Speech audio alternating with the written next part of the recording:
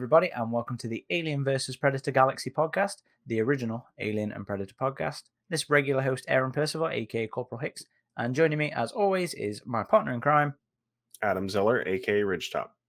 Though I suppose we should go with like hunting partner or something like that for this one. For episode 153. I think that's what number. We've got a lot recorded, and we've tried to figure out which way around things are being released here. I believe this is episode 150. Yeah, there's a number we've done. Like, I don't know if we've done this many podcasts in this short of time for a while. I don't felt think like we a ever lot. did it. Maybe Covenant. I think Covenant was maybe the last time we really did this many in a short span of time. But this one's a big one, Adam, isn't it? What the hell is this one? So we were lucky enough to be joined by the director of Prey himself, Mr. Dan Trachtenberg.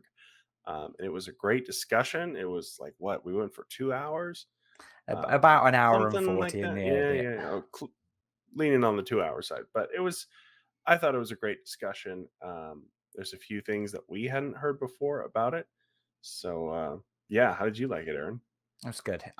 This is the period I enjoy about film releases, is the diving into things. And fortunately, we're at this point now where we don't have to wait for things like somebody like Rinsler to come along and make these books for us.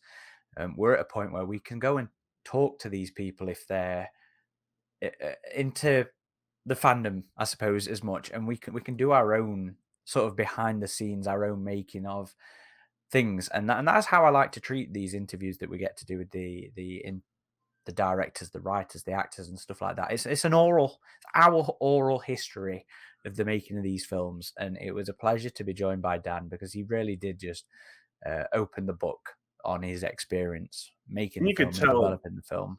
He's a fan of the franchise as well, and I think that's one of the reasons why this movie did as well as it did. Because you could feel that. You could feel the love for the original, and he did have some fun with us as well for some of our opinions, which was entertaining. So anyway, this is a pre-recorded interview. I've already edited it all, so hopefully what you're about to listen to you enjoy, and yeah, enjoy.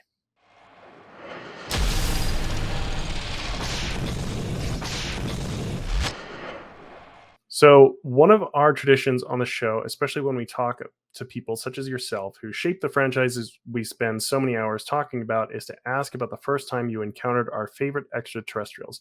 I know you've talked about this a little in the press rounds for Prey, but could you tell our audience about your first time seeing Predator? Yeah, there's sort of two benchmark moments for me. One was being, I think I've been saying third grade, but doing the math, it's first grade. When Predator came out, and I was on my way to a karate tournament and was not allowed to see Predator because it was an R-rated movie, but all the sixth graders that I was in like the carpool with had seen it. So we spent the entire ride. They spent like detailing the entire movie to me. And I had distinctly remembered them describing a scene where Billy, the Native American tracker, fought the Predator on a bridge over a waterfall. And then, of course, later when I saw the movie, that scene is not in it. And so that was very much like the germ of the idea for this.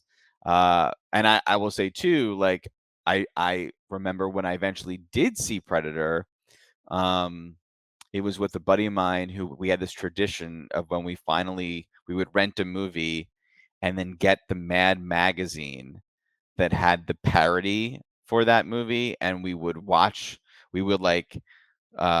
along, pause, and then read the parody up until that point of the plot, and then watch more, then pause, and then read the parody. I remember doing that with Crocodile Dundee 2, and I really feel like I did that with Predator as well. So, yeah, it made an everlasting impression. It was like, because the thing with Predator is it wasn't like a horror movie that we were afraid to see. It was like a cool movie that had cool action in it and gore and things that prepubescent to teenage boys, in particular, are thrilled to see, especially when you're not permitted to legally or or parentally. So yeah, that was my first brush with How Predator. long between those carpools? I don't know. It may have been between first and third grade, or it may have been between third and fifth graders. I definitely saw Predator before I left elementary school. So it wasn't like I was like in college when because especially Mad Magazine and my timeline sync up in a certain way. But so I was still young. I was still like certainly one of the first R-rated movies I had seen, for sure. So Okay. Did you really follow? I'm going to assume you did. You're a fan of cinema and you've made Prey. With following the other films and stuff like that, what's the general opinion? yeah, I think Predator 2, I remember trying to also at a friend's house. I believe it was like scrambled on a channel and we would listen to it, I remember being very excited to see it.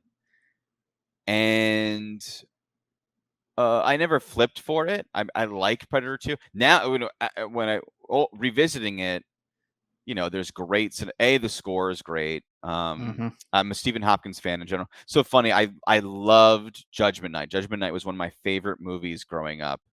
And when I revisited Predator 2, I was like, this is the score to Judgment Night. Like they kind of cribbed from their own material there, but in a great way though. I love that score. I love his filmmaking. And I loved like this transition. We look, between the when the guy's screaming and then it cuts to the close of him screaming, and it's revealed that we're in a cut and he had already decapitated Mhm. him. There's a spiritual connection to that concept to like when the Predator and Prey, when the shield comes out, and then it cuts in the tree, leaves, and you don't see the actual decapitation, but you definitely get the implication of it. That And then certainly has the its link to that the to that cut in Predator 2. I really enjoyed Predators when it came out. I think all of them after the first one is a terrific movie, and then all of them afterwards, I don't think were on the whole great movies, but all had cool parts. AVPs include, they all have like that cool. That bit was super cool. So yeah, even the last one that had probably the most mixed reaction to, I think there's super awesome stuff in it. So yeah. And speaking on the actual predators themselves in these movies, other than the very original and yours, the feral predator, which of the predators from the other films, including the AVPs, would you say is your favorite iteration of the creature? I don't want to alienate myself from. I know there's a very common feeling, especially on your site and in general in the community, that everyone loves the wolf predator. I don't have that affection for that. I think it's all cool, but nothing is as cool as the first one. And to further alienate myself, its return in the Predator. That there's one moment in that movie when it first wakes up from the lab, and then it nonchalantly slices with not with its weapon, not with its claw, just with its finger claw. Like, is such a badass move. It's like it's a second, but it's super cool, and that recapturing that feeling was a big inspiration for how we handled his physicality in Prey, but also part of my interest in changing things up a little bit is because I never really did fall in love with the iterations in the later movies. I think I'd always preferred what was in the original, the Jungle Hunter, and even then, I thought, there's some 80s ishness. It's a product of its time in some ways, and wanted to iterate on that. I know not everyone fell in love with all of its looks, Aaron, you included. But you know, there's everyone's got their own. Some people like chocolate, some people like vanilla, some people like sprinkles on their. You know, everyone's got their own, you know, kicks. And so I'm stoked on what we did. But yeah. And again, I'll reiterate, with his mask on, I think it's No, one I of my know, I know. favorites. Yeah. Yeah, Seriously. I've honestly really warmed. I mean, it was a bit like it was jarring at first, but I've honestly really warmed to it. I really like how he looks unmasked. I will give you that. I too. It is not. I will admit it is not 100%. It could have taken a little bit more love, and I think time there, you know, was of the essence. And I think if we had a little bit more time with it, it could have won a few more people over in its unmasked look. But that even that said, I think it. I think you will admit, Aaron, that it does still feel like Predator. You know, it still feels related, though very quite different. Which is what I'm sort of most relieved, you know, that we were able to find something that could be a surprising look. Maybe some of the surprise was, I don't want to see that. But to others, you know, it could function as I know you guys have heard me say before, but function the way that first movie did. You know, all the others were sort of waiting we to see it look exactly how we remembered it. And that's not our experience of that first movie. Our experience of that first movie was surprise upon surprise upon surprise. So that was the attempt here. Which, to be fair, is often spoiled for us in the marketing, and they actually did a pretty good job of keeping Ferrell's stages pretty well hidden. We tried. You know, it was challenging to show enough to get people excited, but to still keep things at bay. And fully aware that the images would be captured and the brightness would be cranked up and all those things. Yeah. But I think a lot of people after the first trailer, because the mask was an unknown. So there's a lot of like, wow, its head is really big. Like people didn't first realize that that bone mask was not just the face; it was another thing, another mask. So anyway, yeah, we tried. Okay. So, you know, obviously we understand that Prey was very much a passion project for you. I think out of everybody other than the original, you're the only one that's gone, guys, I've got this idea, let me make this film. And so, you know, in it being something you've pitched to them, in it being your passion project, you know, I'm really curious as to how those sort of early days and early experiences of pitching it to Fox, or would it have been Davis you pitched to? Whoever you were It pitching was to, you know, Fox. Yeah, what it was 20th. Yeah, it was Fox. so what were those early discussions like, you know, going in there with this thing that you wanted to do, and it wasn't them coming to you going, we've got this idea from a dude, do you want to do it? You know, this Right. this was you Yeah, it going was to very, them. very far from an open assignment, because they were amidst already making a Predator movie that was sure to be giant with an awesome filmmaker, you know. So that's a part of why this is called Prey, was because I knew they were already. It was either they were prepping or they were shooting the 2018 movie. And my reps were like, "Don't waste your time pitching because they're making a movie, you know."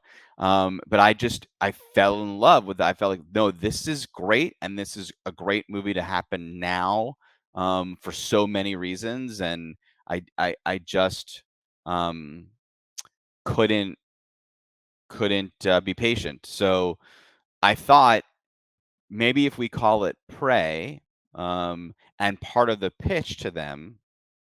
I just went back and looked at my it was an email to one of the execs that I'd had good meetings with. And I said, I know you guys are in the middle of making this thing, but wouldn't it be cool if, just like they're doing with Star Wars, and I don't remember you guys, I mean, someone can look up in 2018 where we were, had Solo come out yet or what, but they're doing the main franchise, which surely the Shane thing will be, but then they're doing these other stories in different time chronological moments of Star Wars history.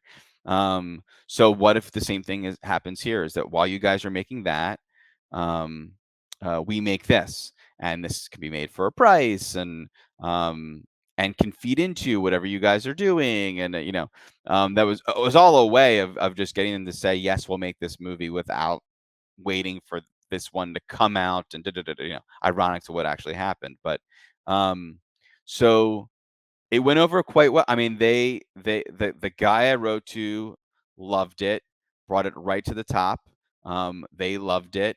They asked what writer I would want. Like it was a very smooth process, which I attribute to the purity of the story. It's very elemental. It's not. I've been involved in projects that are very complicated to articulate, which for me is exciting. If sometimes when something's easy to pitch, it's because there's pre-existing reference and everyone can see it immediately because it's maybe a little bit redundant. And this had this great element to it where the story was so pure and mythological, just in terms of Nadu's story, the journey she would be on, and the way it connects to the franchise, the code of the Yautja. Like that.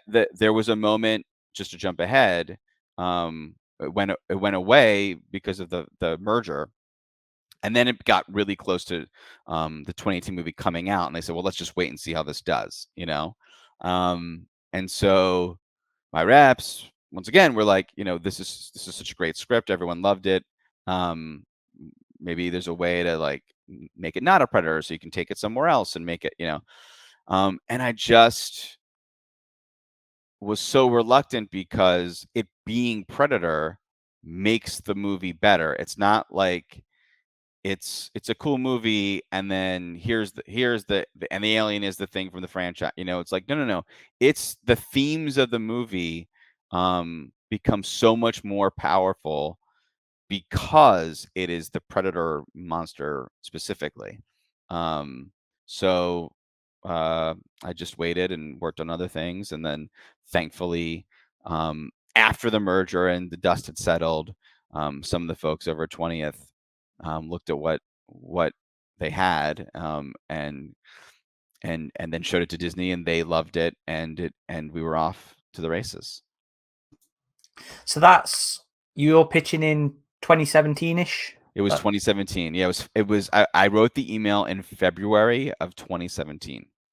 Okay. And then you shoot in May, June last year, 2021? No, I think it was I think it may have been 2020 because it was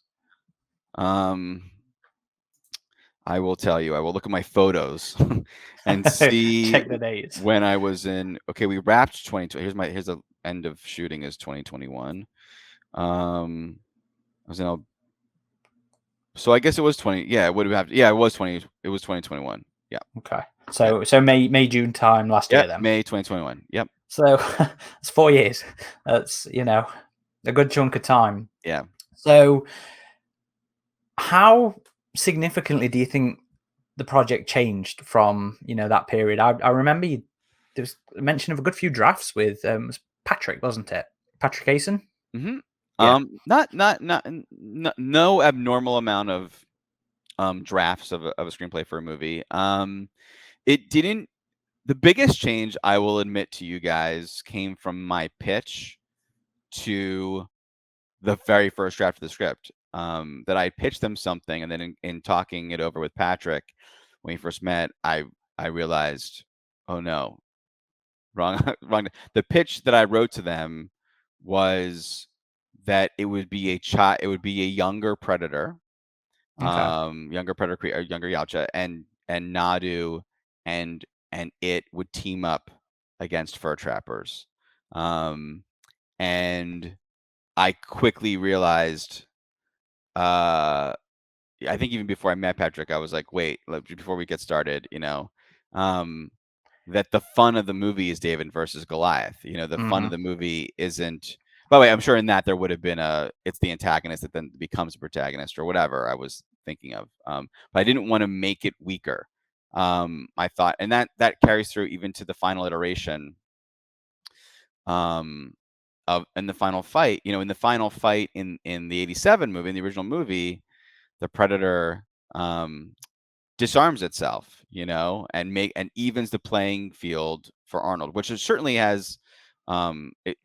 It does good in establishing the code of it and all that, but it also gives Arnold a fighting chance.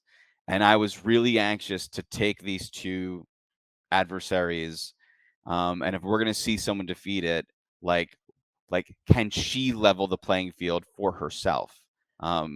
Because that's it's all an exercise. I don't know about you guys, but I feel like Nadu more than I feel like Arnold Schwarzenegger in Yeah. life. Um, But and I mean, it's one of the things I said in my review as well. Noru's journey is something everybody surely must have identified with at some point. This desire to prove yourself, to flip the bird to whoever's telling you no, you can't do it. It is just pure and universal yeah, identifiability. yes, absolutely. And so making something like this is like an exercise in like, could I do it? And life doesn't often level the playing field for you. So I thought that I thought that was the exciting thing, Mhm. was taking on this premise. So that's when Child went away and Team Up went away and was like, no, no, no, no. The fun is, can she do it? I think that was something people sort of theorized slash feared, was a team up against the trap. Totally, totally. No, I'm It's, glad it's that. always a Yeah, very divisive thing. The team ups in Yeah. fandom. I mean, you typically see them more with AVP than Predator. Um, But then, yes, I mean, to be fair, Predators, sure, it's a they minor did it thing, but well. there's a team up. The Predator is entirely, well, depending on which script you're reading, is entirely the Predators coming to help humanity. So, but and that's why that's partly probably why I moved away from it. But also it's like it sounded poetic when I pitched it, but then in thinking about what I wanted to see in the movie, so to be clear, there was never a draft that included that. Nothing was ever written. But so that was really the biggest change. And then as we honed in on the specifics to the Comanche and had all our collaborators there, obviously things got more and more authentic um, uh, and then classic things as you make a movie. And I think it it just all became much. There was some more inner politic of the band articulated, uh, and all that moved away to really focus much more on Nadu and her experience and her family, the way her and her brother and her mom and all that stuff. So Mm, that those are the main points. Oh, I will say another thing too. Is the initial version of script and even what we shot was more of frankly confusing, where she was tracking the Predator and the Predator was tracking her. There was like this weird circle okay. happening that was very hard to Yeah. follow, and the times we would cut away to the Predator, um this is really like the only real fun deleted thing, was you saw him actually the shot of the ship dropping him off and he rises into frame. So that was the end of a sequence that was shot for a different purpose, where he was on that mesa top and took off his backpack and started setting up his weapons. So we got to see the net ball, the cut clamp, the cross, like Mhm. before we know how they would be used or what they would even do, was this little teaser of like, oh shit. And it was really fun in our first cuts of the movie where we had temp score, and all of our temp for Nadu was of one flavor, and then whenever we would cut to the Predator, we would use music from Predator, and it was like that movie is coming for you. It was really fun. And some of that's still in the score. That's why there is, Sarah's riff on the Predator theme is still sort of in She the. hid that so Oh, well. yeah. That score was so great. So well. Yeah, I agree. I love it. But so then we realized what we're not doing in this movie is what the original did, and we wanted the movie to be great for even people who've never seen a Predator movie before, obviously. So we needed to reestablish the identity of the Predator and its code. So then we realized, we need to see it looking for, and there was original drafts that had things that we couldn't afford, that once the movie started working, we realized we need them back in. With it's studying the mouse, ant, snake, or the opposite of that, and the wolf, and all those things that all came back. So that way they're on this parallel journey that then collides, as opposed to the weird circular thing. Mm-hmm. So that was one of the biggest changes as we made the movie. That actually sort of speaks to the next question, doesn't it, Yeah. Adam? One of the many elements that makes Prey unique amongst the other Predator films is that it was very deliberately intended to be the feral predator's first hunt on Earth. Something marketing caused some confusion with. Yeah. So we were curious as to why you decided to go down that route. Was it a deliberate mirror to Naru learning to become a warrior? Yeah, and also to understand, like that's the fun of the thing that you just the original didn't spend time on, but like it's studying, the theme of the movie, that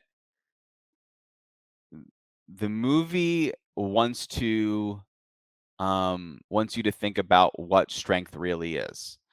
And the Predator is something that's coming here looking for the alpha. And it's not her. Her band does not consider it to be her. She sometimes doubts that she could be it. And the Predator is not. So we needed to. The fun of it for me was it's coming here looking for the alpha, which is not quite articulated in the original. And I think it's why we needed to say it's its first time here. If it knows that humans are the alpha on this planet, or what, or what kind of human is, and it's just here to take it out, then the movie wouldn't be able to tell the story. But it being this creature's first time here, we're able to investigate that theme a little bit better. So something that just came to me now, actually, on that sort of topic is,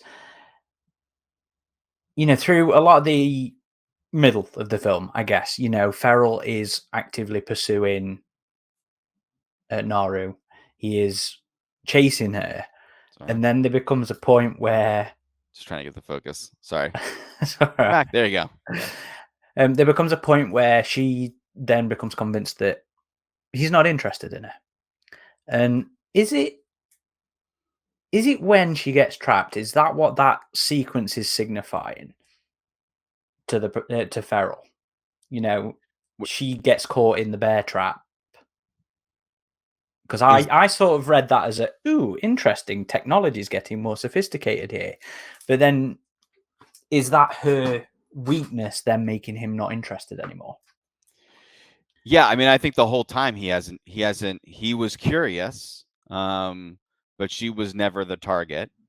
And then that's the moment where maybe she's the target. He's chasing after her, and then she's caught in a trap. So not only is she not pointing a gun at it, and but also like, she's no threat to me.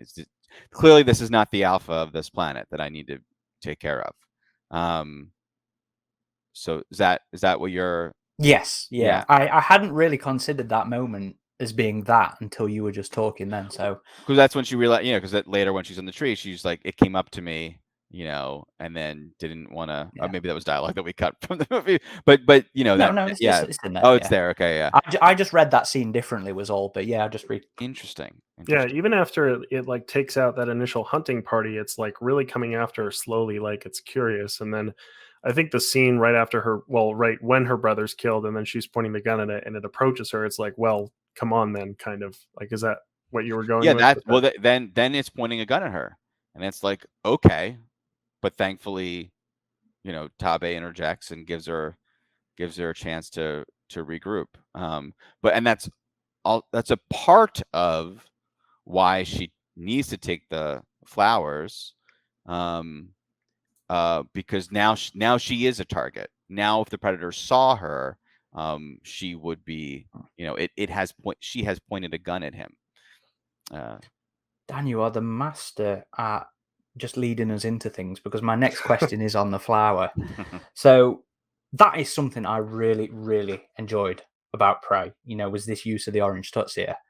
I think it'd be fair to say that a lot of us were expecting the mud pit, that we saw in the trailers, to factor into her understanding of how to camouflage properly from the predator, but it subverted it so well. And that moment leading up to it, I was like, oh damn, yep, I see what he's doing. And like the mud, it's has a basis in reality, but it's very exaggerated, but it's very on brand with the story you were telling, the people you were telling it with. Mhm. Where did that come from? Did you know about that kind of thing going into the pitch, or was that something that you discovered with Patrick? No, yeah, it was absolutely with Patrick, a very organic process of the initial thought, she's gonna get mud on her. Of course, she's gonna figure out a way to do, and then I think we felt like, God, what a laborious thing to have to watch her figure out what we already know. I mean, that's never interesting, like we're just waiting for her to figure out the thing. That's always a problem with sequels, is Indeed, the indeed. characters catching up with the audience. Yeah. So didn't want to do that. Um and then thought there must be another way for her to lower her body temperature, and to take some liberty, and I don't know if there really would have been but there may have been, there very well may have been, a flower that did this. There is. It um was it was used for medicine to lower body temperature. oh, Some you some flowers were, yeah. I had a look into it. okay, all right. So not quite to that extent, but Right, yeah, yeah, but great. We assumed that something like this would be a thing. Um, and the biggest thing for me was that it's the thing that her mom is saying you should do. This is a useful thing, and she's in the beginning of the movie going, "No, thank you." And in the end of the movie, the thing that saves her butt and the thing that makes her stronger than anyone is embracing what is embracing what her mom was giving. And the movie is certainly not saying what the men do, and being able to fight and hunt is not useful. You need to just no, it's that she has to do all of it. Because that's how we are able to overcome. It's not about like you don't have to be good at X. It's like, no, you got to be good at that. For me, making movies, it's like you can't just be good at, you can't just have good cinematography, and then the acting can be bad or whatever. No, no, no. All of it has to be great. And if you have a shortcoming, you can't say, well, I'll just do this really. No, you have to embrace all things. And so I just loved telling the story that it's not like the girl learns how to be a man and fight like a man. No, she has to show up. She's got to fight. She gets into it with the predator physically, but the thing that puts her over the edge, is the thing that her mom was trying to get her to embrace, and she was moving away from in the beginning of the movie. So that's what I love, that all comes together, in the form of that flower, and then of course, I honestly I don't think that the mud pit came, I think, initially from wanting to be in rather than the action movie vocabulary of the original, wanting to be more an adventure movie vocabulary. Okay. And wanting to have a quicksand style moment. But this terrain obviously is not sand, and so Patrick discovered this thing that could happen with mud.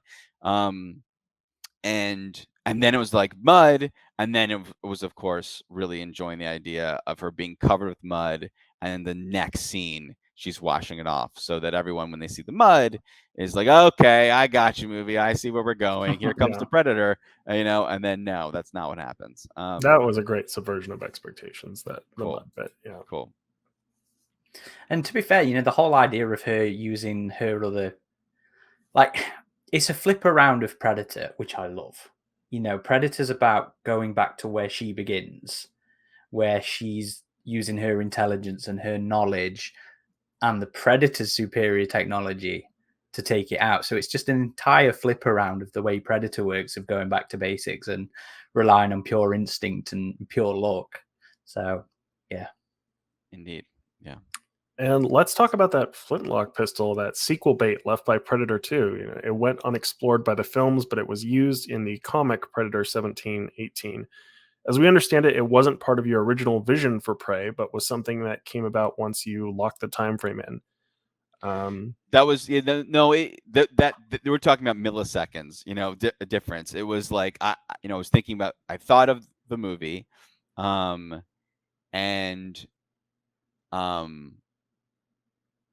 because I think it was in my initial email pitch, but it was just as I was thinking of the movie, and I'm figuring out, well, because my interest was to go back as far as possible, so that when we're spending time with Native Americans, it's as far away from a Western as one could be. That it's not when we're used to seeing that. And then I thought of the pistol, and was like, oh shit, there's our date. Like that's when we must be. And thankfully, history lined up with the things we wanted to do in the movie, and that worked. Yeah.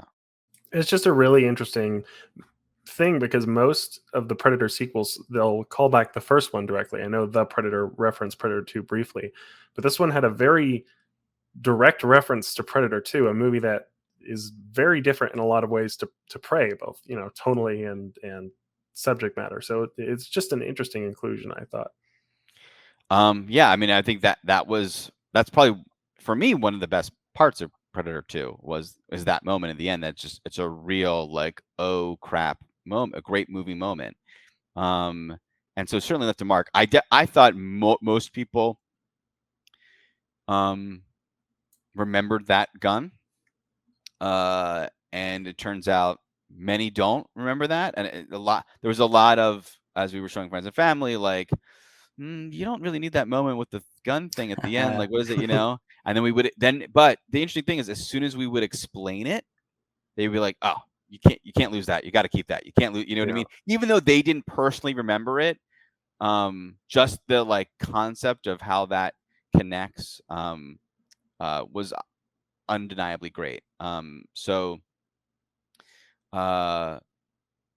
Yeah, I know what you mean, that it's not, this movie is linked more tonally and spiritually with the original, but you can't help but deny the cool of the gun.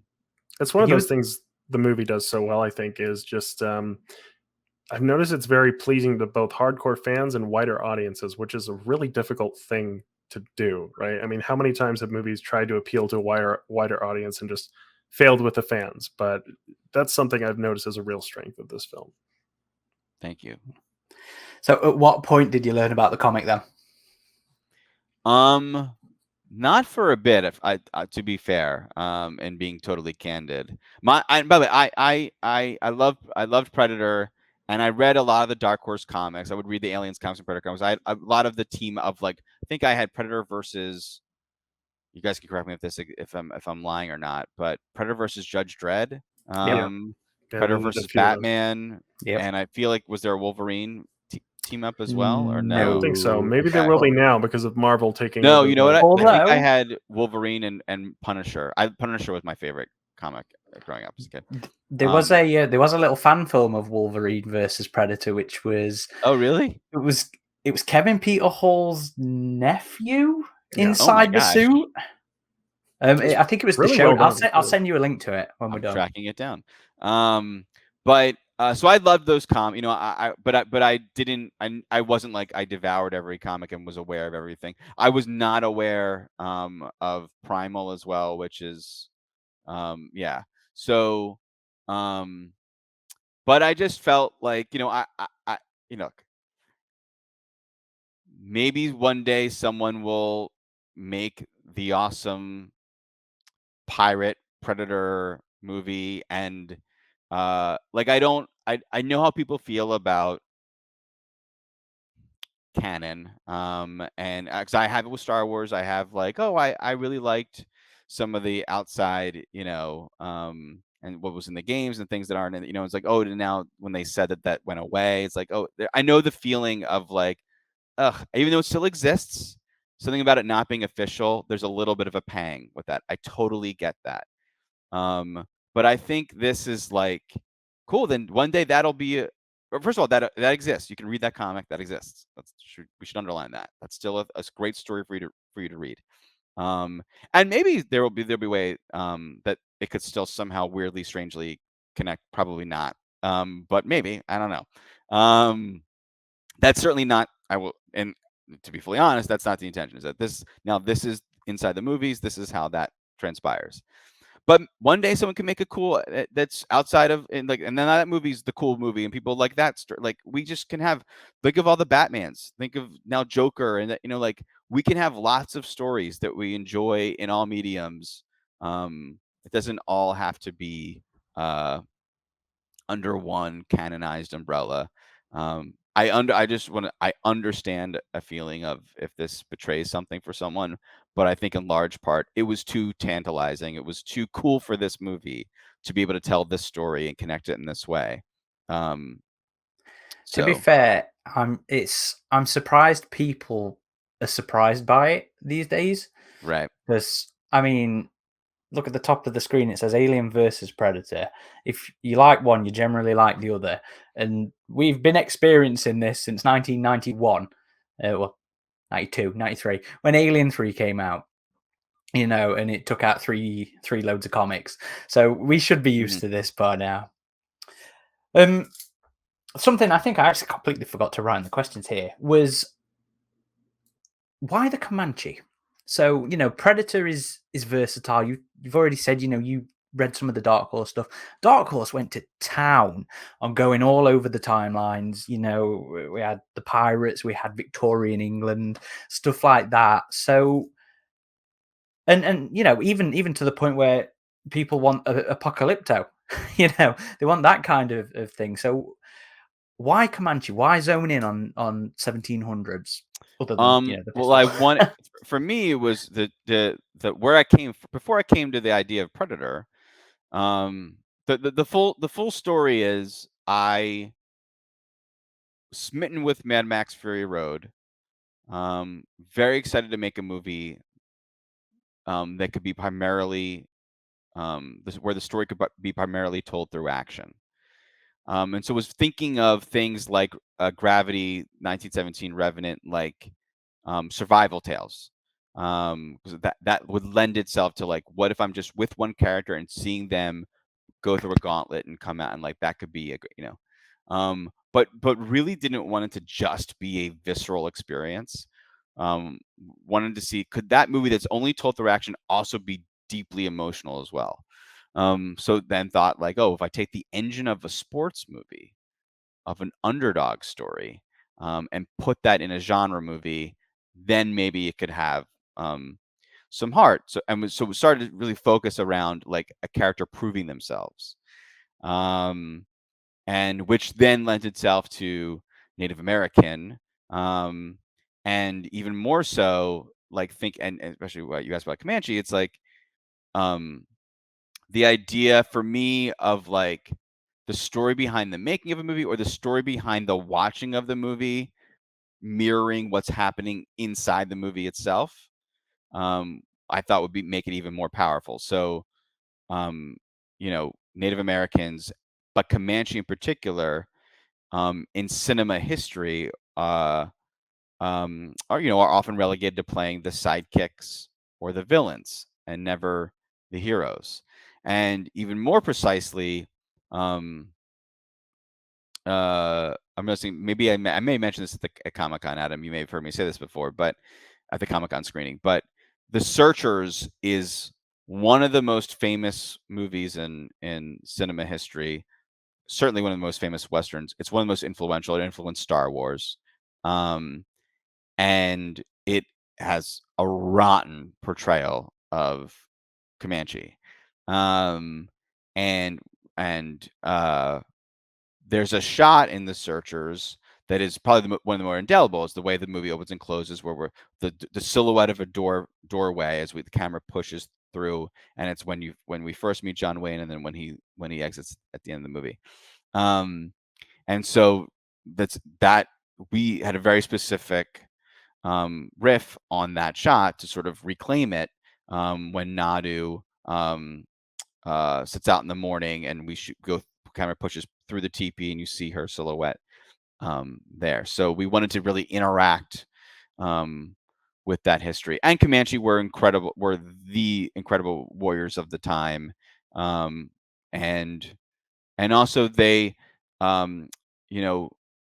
not every Native American tribe was as gender divided as Comanche were. I should say Comanche women were warriors, and despite what the other guest on your show said on your review, Comanche women were war chief. Not all the time, but there were instances of female war chiefs. But as roles broke down, not hunters, or often not hunters. So, so that as examining all the tribes of the period, it felt like Comanche was the right one for this movie, in so many different ways. So when you say not be hunters but be warriors, are we sort of saying they know very well how to fight like other people, Yeah, but I mean, not it's sort of an all hands on deck situation. When the raid okay? happened or a raiding happened, everyone had to fight. As Jane, movie's producer, put it, who's Comanche herself. It's like women did everything. Men hunted, women did everything else. Which Okay. is very well articulated with baby strapped to the back and going off. They literally did, which is not much unlike some, families today, but some. But yeah, that it's just sort of how things shook out. I'm sure Okay. there's lots of reasons that the movie doesn't want to examine, and it's a tricky thing too, because it's such an oral history going back to that time period. So many books that I first leaned on before, which is one of the reasons why we tracked down Jane and Juanita and advisors initially, and then Jane as a producer. The written history is 1800s. And the stuff we had seen before, and some we haven't, but we were going back to a time when there's not a lot written or depicted. So we're left with who the culture bears, the people that have heard the stories, and really, frankly, use their creative instincts to fill in the gaps, because there's not like there's um, references of them going on hunts and what that looks like and whatever. We only know what they say and how they might interpret what else would have gone down in daily life. So, yeah. Okay. And in the scene where the feral predator leaves the predator spaceship, some fans noticed there seems to be an orange glow from inside of the craft. Was this a deliberate callback to Predator 2? And was there ever more planned for the spacecraft? There was never more planned for the spacecraft. I mean, that's just the interior lighting of the ship, in our mind. So I guess you're saying because Predator 2, the interior is so much more orangey than it is in another Predator. In like the Every other sequels, film, yeah. Mm-hmm. So that was a deliberate call to Predator 2, to the Lost Tribes. We only have so many references for ship interiors, and where we wanted to, draw on, may have influenced that, but yeah. Okay. So one of the things I'm curious about is how much. Well, is what you think. Sorry, in terms of, did you think about how much interaction that the fur trappers had with Feral? Before we're introduced to them in the movie. Some people think that the red flash that distracts Naru was them fighting. Was them interacting. What are your thoughts on that? What did you think while making the film on that relationship? Certainly, they had some. They're aware of. They're looking for this thing that they had some. There was some interaction with. Um, uh, they have an idea that they obviously don't know how it works because their idea to trap it is not. In my mind, they are bleeding Dakota. They are bleeding Tabe, like they would, like Nadu does in the beginning, where they have bait that's bloody pulp of a animal to draw the mountain lion in. And they just so happen to stumble upon a very good tactic of hiding underground, where the heat vision would not actually see them. But so I think they've seen in the distance or heard from another group of trappers about this thing, and what the red lights were doing in the distance in the mountain lion scene. I would not comment on right now. Yeah. Okay, guys, he's leaving open for tie-ins. That's for tie-ins. What the hell would the French fur trappers have done with the predator if they caught him? What do you mean? What do you? Like, they would have been like, "We look at are they this gonna awesome thing." Are they going to take it back to Europe to sell? Yeah, What's going on? maybe they were gonna do like a King Kong thing. Maybe they weren't even gonna kill it. Maybe they were gonna like bring it back on the ship. Guys, what could have happened was the Adelini comic. They could have brought it back on the ship. It gets loose on the ship. They're attacked on the. I don't know. That's fair.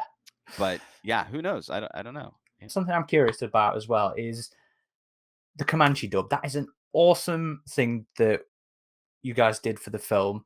A lot of us leading up to it was like, is he going to do it in Comanche? Is this going to be? Is this going to be a dub? Is it going to be subtitled? And obviously, it couldn't be. But we got the dub was awesome. But did you direct the dubbed session for the ADR? So just to say too, the initial vision of the movie was for it to all be in Comanche. That's how it, before the merger, that's sort of what it was going to be. Okay. And so then Fox were called to. Yeah, there was sort of almost like it was assumed. It was also written into the script, but it was assumed. So we wrote it with the words with that in mind. But and then it couldn't. It couldn't. But there were different. The movie, the way language worked in the movie, went through several iterations. The first iteration, there was about 20 minutes of Comanche in the movie, or there's 20 minutes of the movie transpire, and then it's, like basically the opening scene between her and her brother. Initially, it was more than just her and her brother. It was her and some other guys. So kind of Hunt for Red October kind of. Yeah, it was Hunt for Red October without the gimmick. I just could not figure out the gimmick, and the gimmick felt like it did not have a place in the aesthetic of this movie. So that's why it was confusing, because I just couldn't bring myself to or I just hadn't cracked it. But it's Hunt for Red October, and it's the other McTiernan movie. Oh my God, I'm drawing a crazy blank. That's based on Eaters of the Dead from Michael Crichton. 13th Warrior. Also has, a few movies have it. Judgment at Nuremberg, I think, is where Hunt for October gets it. But anyway, but yeah, I kept saying the Hunt for October. It just didn't make any sense. So we had shot scenes with multiple languages, and it was very challenging. And then the dub happened, which is tremendous. And as you know, All the actors came back for it. I was there for some of it, but it was largely handled. I started out there, and then the attempt was to just get them to mirror the great performances they gave in the movie, and I realized I don't need to really be here for this. But it was largely handled by Jane, Catherine Briner, who's the head of the Comanche language department. This guy Guy Narcomi, who's like one of the Comanche language speakers. And then the folks who do handle dubs, all the time. And they went through, even before I was involved, they went through a very careful process of finding and translating, finding the words that they don't just slap, like they try to make mouth match as close as possible, even though it's impossible to do it entirely. But there's a word for syllables or when your mouth closes, like MP whatever. So they try and find those words to match. So that's a very extensive process. So that's why the dialogue changes in the dub. And some, I paying attention to a little bit of the commentary on that, I would say what it truly is, and I think Catherine's has responded on Twitter to some people commenting that they're saying what would be authentic to the Comanche experience of something. And so context as well. Yeah. So okay. It's not if there's a scene, if there's not a Comanche word that means the way we feel that it means in English, for them it's a Comanche word that makes sense to Comanche people. It's for Comanche people more than it is for American audiences to read the translation and see that it matches directly. Not American, English speaking audiences matching up to. So that was the reason for some of the dialogue being a little different than what it is in the movie. More so, but in addition to that, also in finding the right words that do the mouth match, which is incredible. So that's the long answer to. I was there for some, but frankly, many other more talented people in that regard, and our actors were so. It's like I was like, okay, you guys have the part that I'm useful for. You guys have. I've already worked you guys through this. Just do it again in a different language. Yeah. Okay. And with those shorter pieces of Comanche that are in the film, it's been fun to kind of discover that. My friend Mike, who was with me at the premiere, he went to another screening in Santa Monica, which was the Comanche dub. And something that got a laugh from the audience was the scene where Tabe and Naru are bound, and the guy's head gets skewered with that pike, and he's like, that's some crazy shit or something. Yeah. And then another one is when he yells cheater. Like, I love that. When we initially see the movie, we don't know that, but as we watch the Comanche dub and see that, it's like, oh, that's cool. It's so great. I'll tell you, we got to laugh at the Comanche screenings that we did was what the girl at the end says something like he's holding kind of what she holding, like, yeah, he's holding some crazy shit, and what was I gonna say? Cheater. Oh, it's so funny when I watch the reaction videos of the movie online. So many people in that moment are like, he's cheating, like so many people they have no idea that Tabe just yelled that exact thing, but everyone has that feeling about the moment anyway. It verbalizes how I feel about the Predator. I love the Predator, but he's a goddamn cheater. And when I saw that as well, I was like, this, yeah.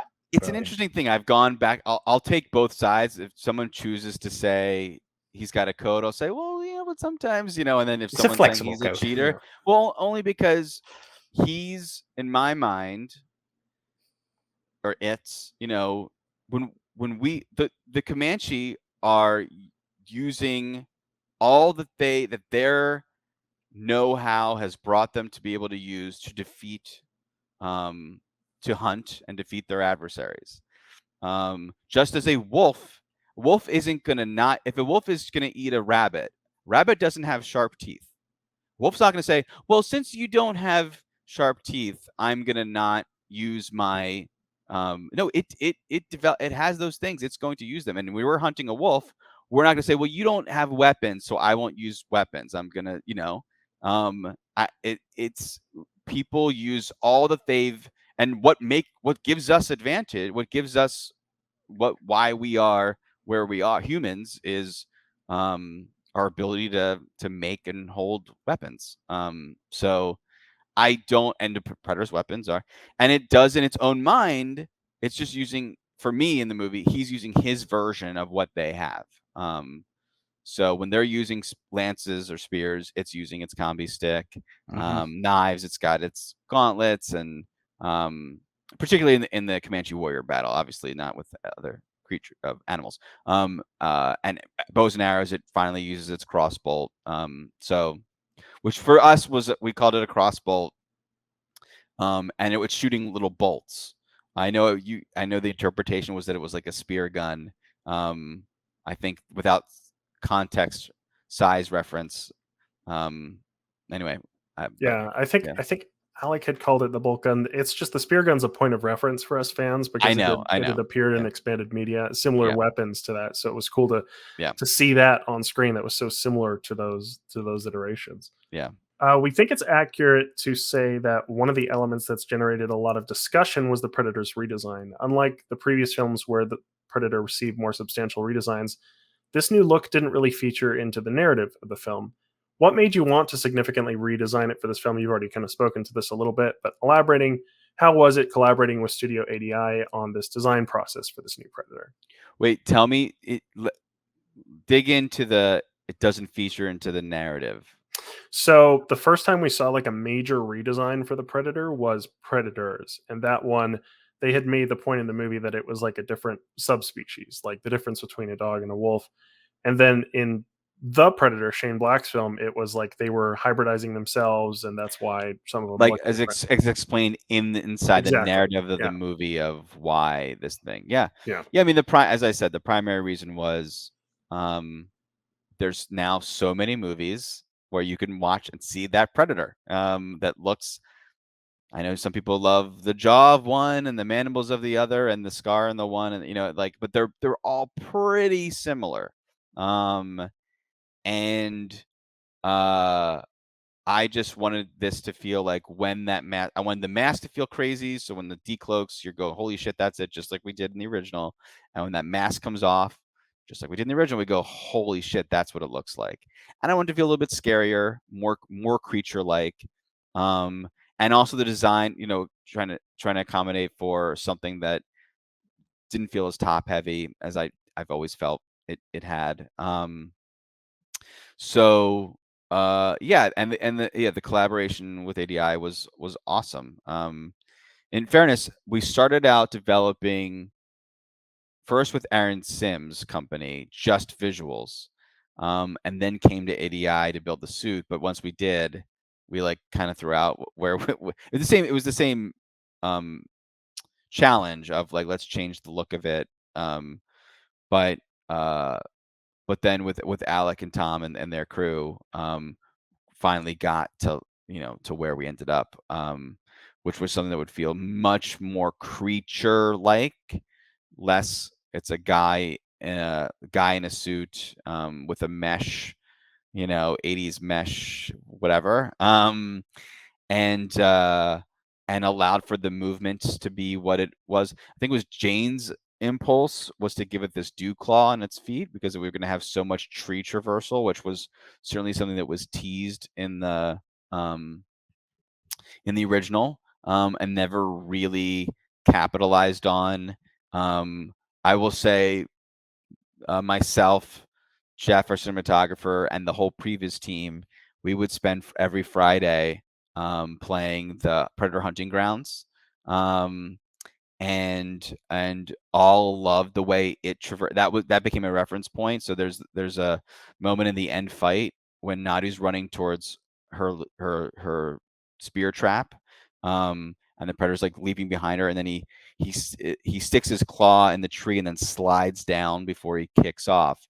That's a move from Hunting Grounds. Oh, that's awesome. When the Predators jump from, there's a little miniature thing. I never even noticed when I was playing, and our VFX supervisor was like, "Oh, you can see he's like sliding. He's using the claw to like let himself slide onto the branches. So, but yeah, man, we just iterated and iterated and iterated and iterated until we finally found a design that felt new, but also undeniably Predator, and the masks kept designing and designing and designing and designing until it felt felt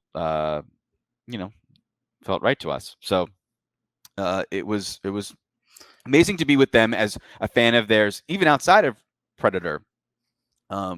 I've watched making ofs, I saw them on Oprah with Jumanji, growing, like they were always figures of filmmaking. And so that on set, our little snake gag, Tom was there pumping, and Alec was there controlling the, being one of the controllers of the Predator face. But Tom did the snake thing. I think we did that first before Predator stuff. And I was like, oh my God, this is Tom Woodruff. Like he's doing a practical effect. Like I'm amidst this right now. Like this is just so crazy. So it was awesome. It was truly awesome. And it's great to be seeing more of the concept art through the design process coming out now. Like you had originally Kyle Brown, he did some Predator designs that I guess looked more traditionally like a Predator, and then Michael Vincent did the designs that are kind of a lot closer to the final look of the creature. But yeah, no, I'm a big fan of those guys, and we're excited to talk to them a little more in depth on that soon. Yeah, and all that stuff was so cool, like I'm glad that people can see, because there were temptations like, oh, maybe we should, it's hard to choose. But ultimately I think too, we want to feel much more different, because it's so easy to start to lean. People may not even realize that we changed it at all if you're just making slight change. You guys would, but people who are resting on their memory of the creature, I don't know that they would, if we made just tiny adjustments, they would totally feel the uniqueness and the freshness. And I just want it to feel much more scary. That's the thing with Predator, is that I think because we spent so much time with it as a creature, and because it never really quite functioned in horror, especially like the scarier moments of the original, which I would argue maybe is the scariest one.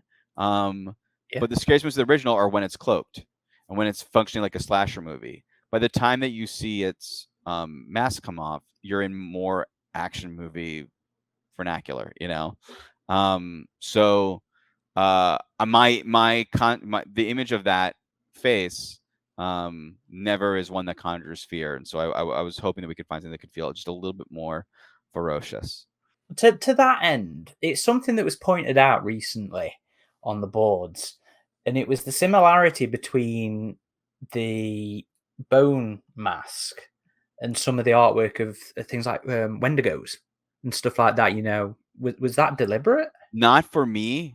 I have maybe the concept artists along the way were, oh, if I this, that, and the other, but it certainly wasn't. Frankly, I always pushed that away. Whenever, because there were some impulses to adorn the Predator with things. Oh, this is like the Native American. I was like, I feel like there's a twinge of like appropriation for cool design. We use that, that I wanted to move away from. But also like, no, it's like, it's not, they are that, and this is this other thing that we're up against. I didn't feel like it should be like, look how similar they are, You at wanted least it to be separate from the folklore. Yes. Well, Okay. from not from like Moo Pete's or whatever that the Comanche may have thought of it, but really just from aesthetically, from what Nadu represents and what she is, and when the Predator feel different than that, not like the same. So. And it was also cool to see you and one of the concept artists, Michael Vincent, spoke to this too, kind of giving some justifications for the difference in the look. Because again, this goes to like that balance between the hardcore fans and general viewers. Like a friend of mine who's not as into Predator, he was like, wow, that new Predator just looks so cool. But to see you talk about like, oh, maybe it's from a different part of the planet, or Michael Vincent say like, go into real detail about his design process with why it looks different, was cool to see. Totally. And the mask, to me, it's not just, oh, cool looking mask that someone drew, developed, made. It is more, I think, more in keeping with the concept behind the Predator than any other kind of man. That it wears a trophy on its face. Yeah. And the Wow. bioorganic of it all, or biomech of it all, feels more predatory than other things. So that have been adorned on the Predator in previous movies. So yeah. Yeah, it's something Aaron and I have wanted to see for a while because there have been some skull masks in the expanded media, and even in the movie Predators, like that job bone on Mr. Right. Black's mask. So to see kind of an extension or a further iteration of that was awesome.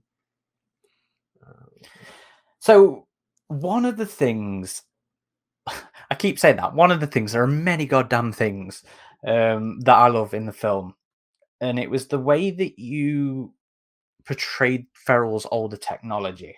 You know, the stuttering of the cloak sometimes, where it's not just instantaneous; it's blup blup blup. And there's one bit in particular that just I really nerded out over, and it was the when Ferrell's looking at the cigar and the camera pans around and you get the hexagonal pattern, but then as the camera moves, you get the skin textures. So it's not entirely invisible and you can see it at the right angle and stuff like that. And like the way that the cloak glowed when it was interacting with something, that was fucking brilliant. What was the creative process like taking it back, realizing it older but still keeping it there? Did you explore a lot of different things to find that right balance? Oh yeah. This was one of the longest baked things. We made a decision way too deep in the project because we kept on, what if this, what if this, what if this, because it needed to feel, prior to what we had seen, but also aesthetically fun and cool for modern audience, and modern me, thinking it rad, and arrived in this place.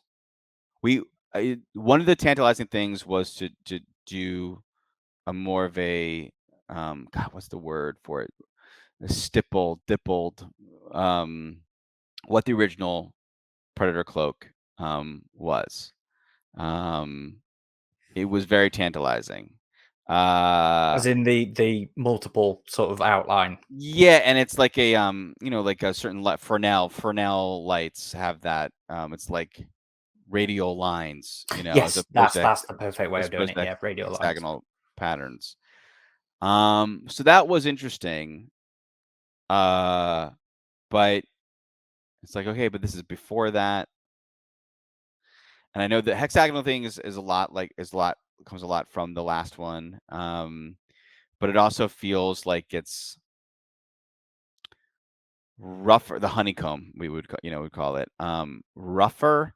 And we love the idea that it was like projected. So it's not like I've done invisibility before and other things, and thought it was interesting that it's like this.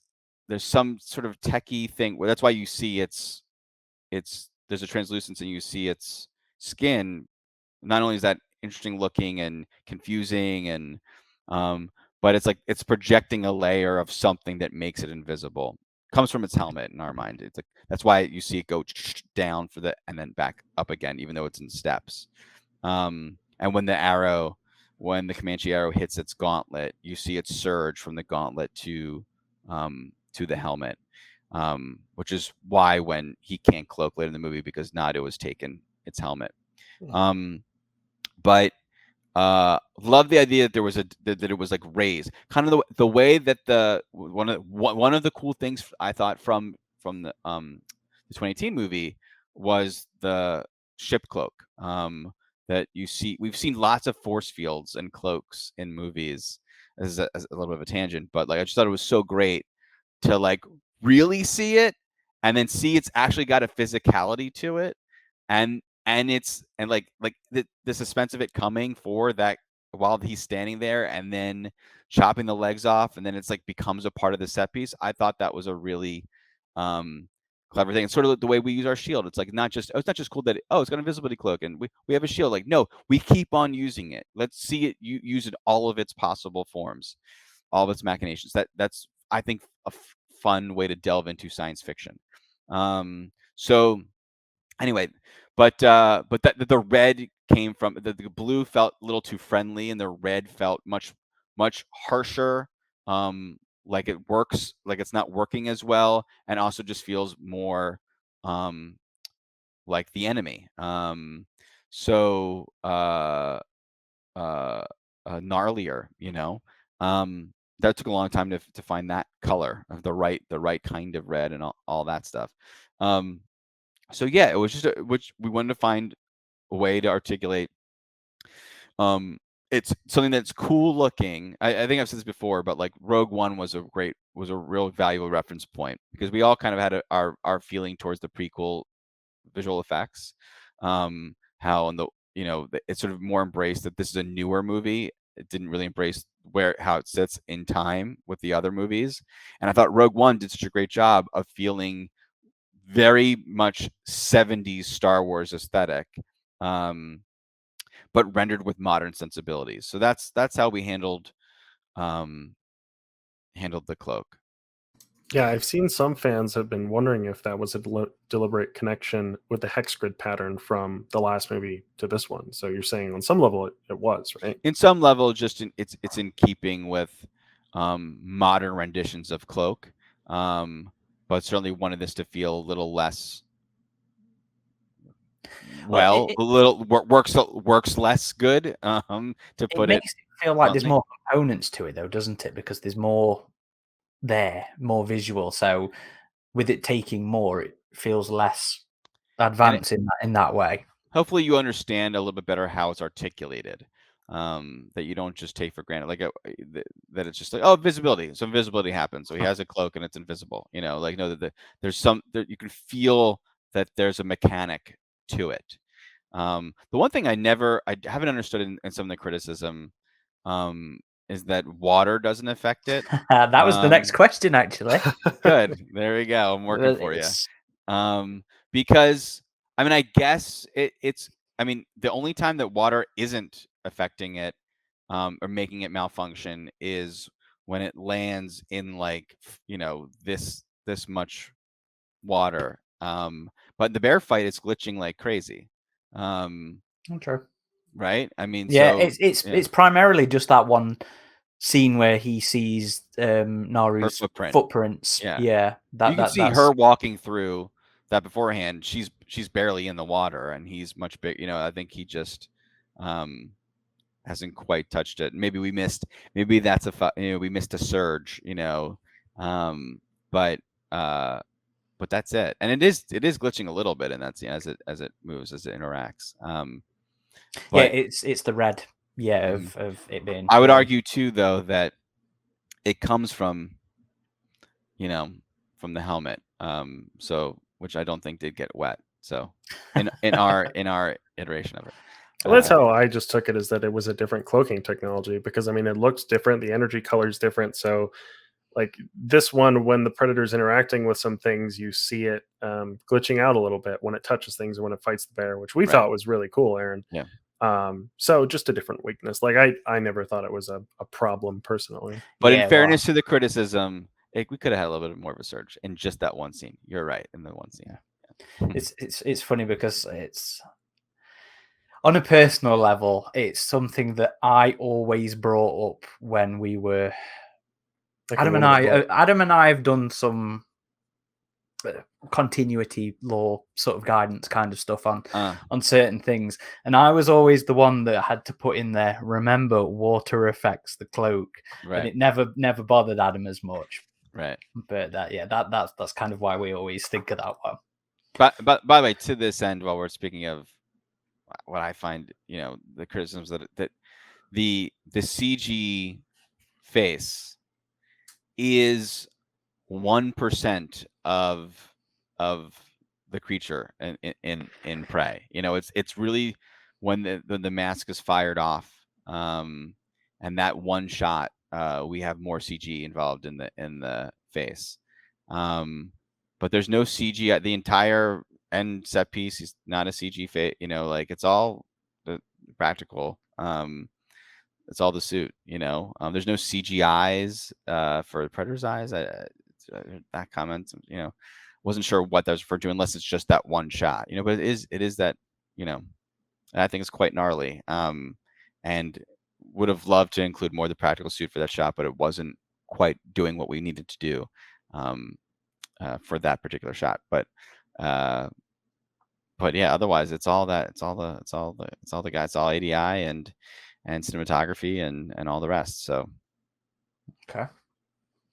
And it's been so cool to see a lot of the behind the scenes videos of the practical stuff and just the happenings on set. Something that was very distinctive between this and other recent Predator films is almost nothing was leaked from this movie. Like we had seen the Predator suits, Aaron, for the last one and the one we'd read the before that. script. So on both the last. and everyone was doing their job. That's good. Yeah. Yeah, you kept this one nailed down tight. Yeah. It was only the early stuff. To be fair. One of the distinct scenes in the movie is where the Predator assaults the trappers in the burnt section of the forest. Was this something the trappers had recently burned to more easily scope out the Predator? Yeah, it's interesting whether or not did they intentionally burn this to lure it there, or did they stumble upon this and find this is the perfect spot for us? Yeah, I wonder. So open to interpretation. Time bait. This is something that really pissed me off about people. So for some folk out there was an assumption that Prey being a streaming release equated to the days of straight to DVD, which is just blatantly not true. Not the case. I mean, there's rumors that the film cost like 60 million. That put it on par with Predators. It put it on par with the first AVP. So, from your perspective, from your experience, what was it like making this film for streaming? This is entirely technical stuff from one of the filmmakers on our boards. He wanted to know if it impacted things like residuals for the cast and the crew.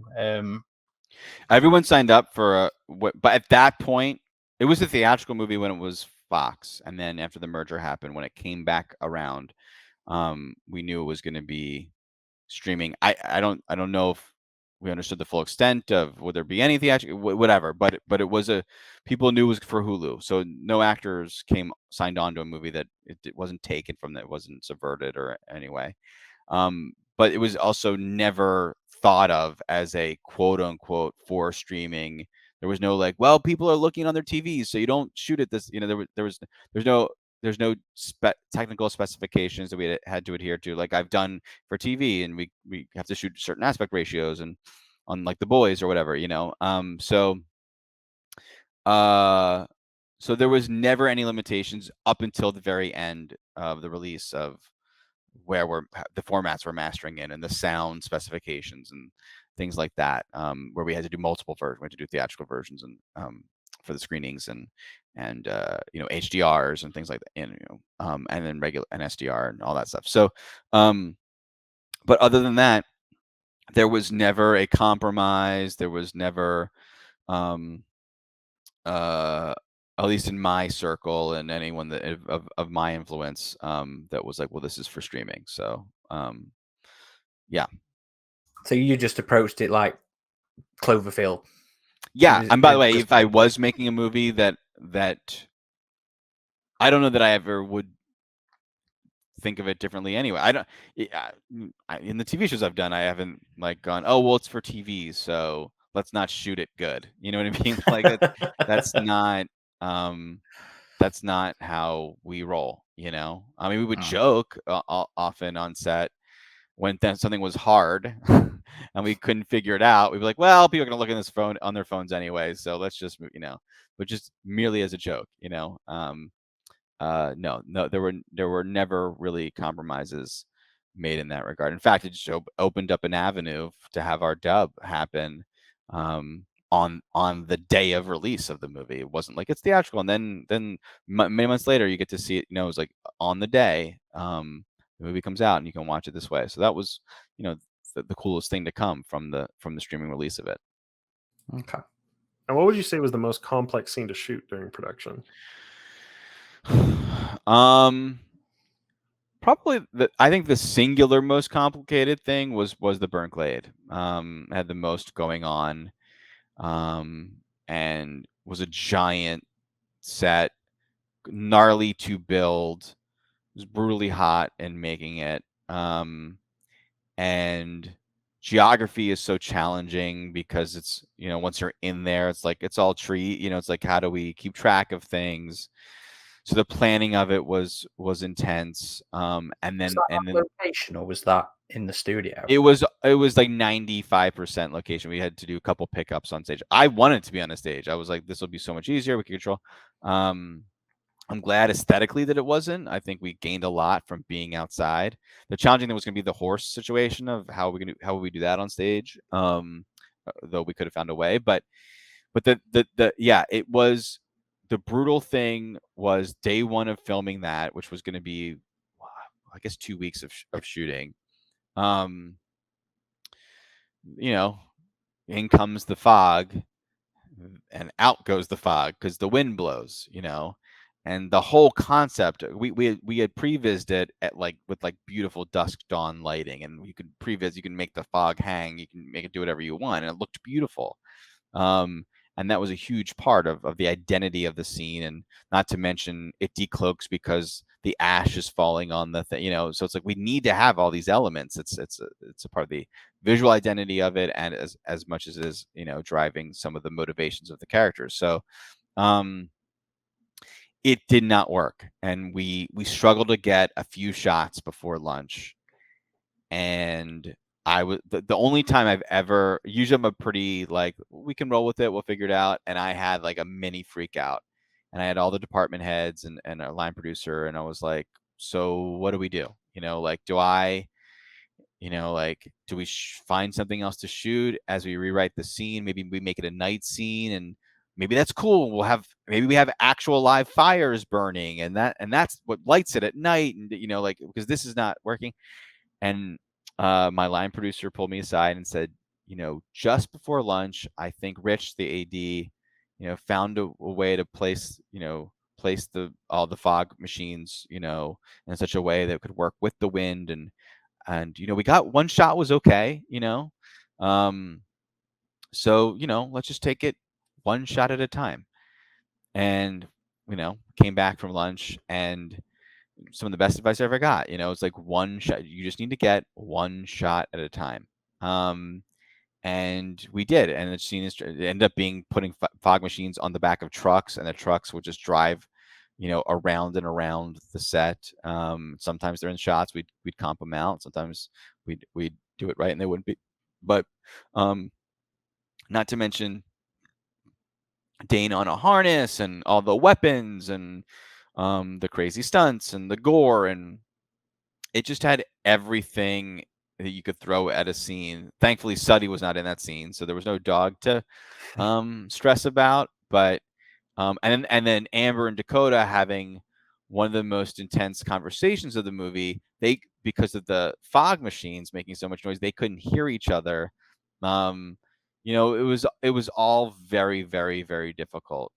Like most of the movie. I mean, not the bear scene. I was just reminded, I forgot, like, we had to airlift, we needed camera on a crane, and we needed people, safety harnesses, you know, on cranes, and our sets had to be airlifted there. So camera gear was like dropped in by helicopter. And there was a whole gnarly thing where we couldn't disrupt the wildlife, the marine life in the river. So we couldn't, like, we built the beaver dam, but it couldn't touch the ocean, not the ocean, the river bed, the river floor.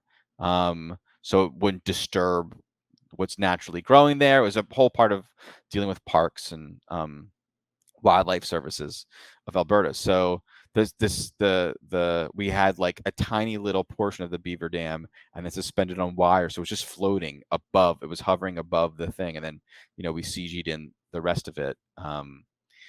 So there's just so many things like that because we're out in the wild, scouting the movie, uh, to find that mesa top that she goes on. We had to strap. We were scouted in the winter, and so we had to snap on snowshoes and hike up a mountain and look at that and so many other locations covered in snow, and then have to just guess this will probably look good when it melts and be, what I mean? Like it's so challenging. That one of the biggest personal challenges for me was like, how do I decide on sending 200 of us to shoot here one day without knowing what it really looks like, was really scary. But yeah, so big challenges. So on sort of the flip side of that, and I'm going to assume it was probably the last scene, the Glade scene as well. But what was the most satisfying for you to see come together in the finished film? Was it the Glade scene because of the technical difficulties that went in there, or was there another one? That one certainly feels real good, I must say. But there's several little moments that I find deeply rewarding. One is in the bear scene when we shot it. It was scripted as the wind changes, and so she notches her arrow. And I think when we were getting in there to shoot it, everyone was like, "Is that really is going to make sense? Are we, like maybe or like it's a rock that falls?" And so we changed it on the day, and we turned it into something I can't remember. And we spent so much time in the edit trying to instigate that sequence and have it make sense, and it just did not make sense at all. And it was always a really weird, like, why is she on this side quest with the bear, and why is she deciding to shoot? What's like, because the motivation with the rock, she was already pulling the bow before the rock fell. Like all these things that in the quick thinking in the moment of shooting, the redirect just it made it so much more complicated. And then in trying to figure out, I returned to the initial idea, not even remembering that. Oh wait, that's how we scripted it. But was like, well, what if the wind changes? And she's smart to like premeditate. Oh no, I'm going to be ahead of him. He's going to know I'm here. I need to prepare myself. Not only does it make her feel like a stronger character, but it also completely makes sense with the build of the set piece. And so on a pickup, we found a tree, and we built a little bit of a rock with moss and the thing, and it's one shot where it pulls back and she looks like just that one little thing suddenly unlocked the whole, like now it all makes sense, and it worked. Like, so that I find deeply rewarding. And it's also a little bit of a lesson of like trust your instincts. I doubted myself, like not like Nadu does in the middle of the movie, and it was important that I realize sometimes you do have a good idea, and not all the time, but sometimes. And yes, the burnt glade scene is deeply rewarding to see come together, especially because it's so many different parts when you're shooting, and then the fact that it all just does sort of meld is fantastic. My single favorite part of the movie is her war cry at the end. I Anytime I'm watching the movie back, like I get chills every single time, and it's been a million times that I've seen the movie, but that is, I mean, it's that and her in the very end. She is Amber. You're not like, for me, it's like I'm not watching a performance. I'm like, she is going through. That war cry is everything, and it is so deeply cathartic. I find. And it comes in for the way I talked about with Amber was for it to feel like, Captain Phillips. There's this. Do you guys? I don't want to. It's been a while since I've seen it, but I've seen Right. it. I But yeah, haven't seen it yet, but go ahead. It's fine. okay. I don't even know this, but Tom Hanks goes through an intense, and the audience goes through an intense experience in that movie. And it's not until the end that he really unleashes his emotion, and you realize in that moment, oh yeah, we haven't we've been holding our breath this whole time. And so when that it's so cathartic and so emotional, and so that's what that moment is meant to be, because the war cry initially was thought of as like just like, come on, do it, like it's a taunt, to him to fire at her, and then placing it afterward instead, I just thought it's so much more emotional. And then her being recognized as war chief, what she's going through in that moment as a young Native American actress, being involved in a moment like that, that comes at the end of this, is a beautiful, beautiful thing. That really gets me every time. So those are the highlights for me of the things that have come together in the special ways that they have. We had heard there were originally more scenes with the Comanche tribe, with more focus on the war chief's health in particular. A scene of the feral predator arming up that you mentioned before. And we were Yeah. curious if you could elaborate on any other scenes you ended up removing. It's just, those are literally it. The first cut of this movie, when the editor did before I had come home to start work, the editor's cut was 90-ish minutes. And then my director's cut that I showed the studio was 90-ish minutes. And the final film is 90-ish minutes. Like, no matter what we did, this movie just wanted to be. I mean, I attribute that largely to it being so action-based, so visual. But so yeah, no, the only, maybe there's one other scene. The scenes that were cut were stuff with War Chief and his wife discussing their son, who was Wasape, who's the bully, and who's we need a new War Chief, and we don't know if there's good. And Wasape is not good. It's like stuff about, it's not her story, and that's mainly it. And then and the scene where she came to was once again with War Chief, as opposed to with her mother, when she tells her that thing about it's about survival. So that was, again, it's like, oh, we're with characters that are not central to her emotionality. We needed to change that up a little bit.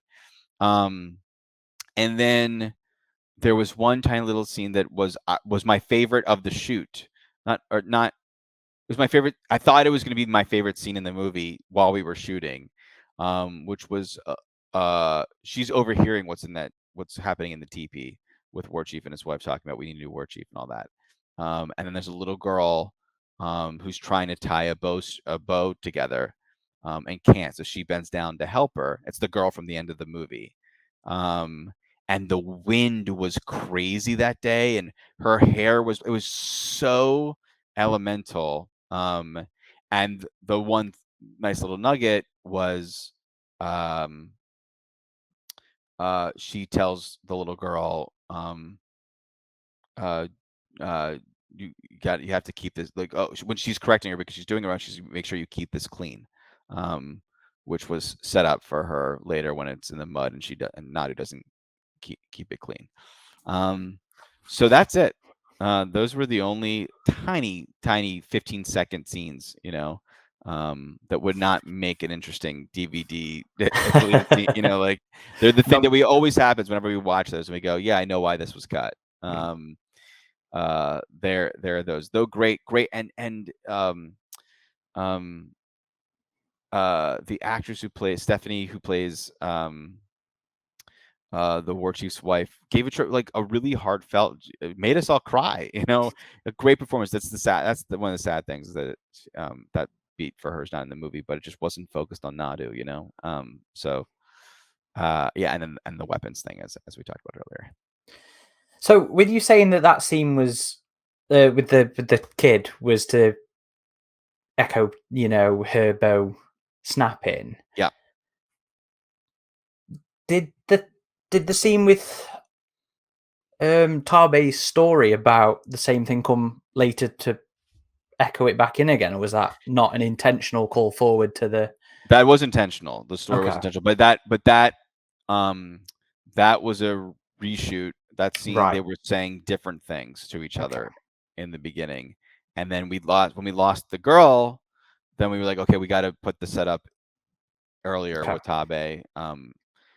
Because So you were conscious of that. Is one yeah. of the things I absolutely love about this film as well, because on a purely story-driven technical level, it is so good on that kind of thing.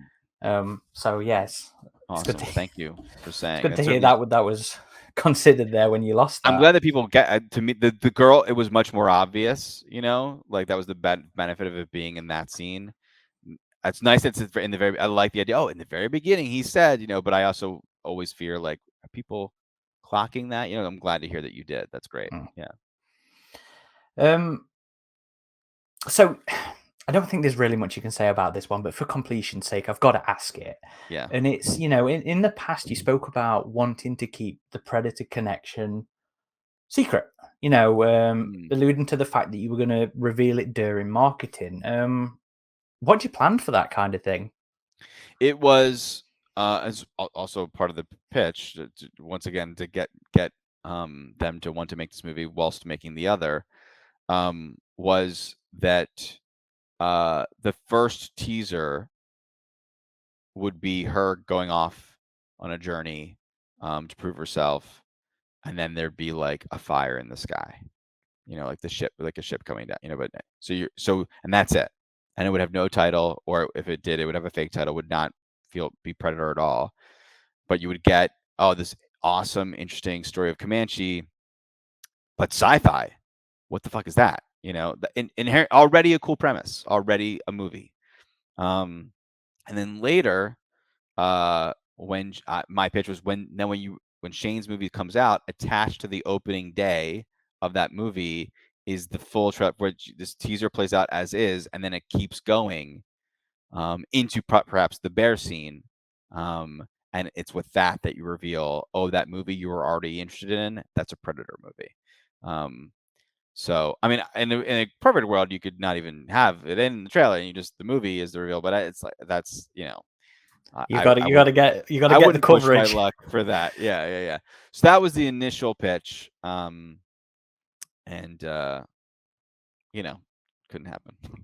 But I'm kind of glad it didn't, because I like covering these films. I know. So No. no, That would have been amazing if you guys were stealth Predator someone film. what if this is a Predator, or you just were guessed? What if you had guessed right? That would have been exciting I for you. remember that kind of stuff when Cloverfield came out. Well, the first trailers for the first For the Cloverfield first one, started coming. Yeah, I am on record because I used to host a podcast and all that. I'm on record for being one of the people that thought it was a Voltron movie because everyone thought someone's yelling, "It's a lion," which was not because it was attached to Transformers.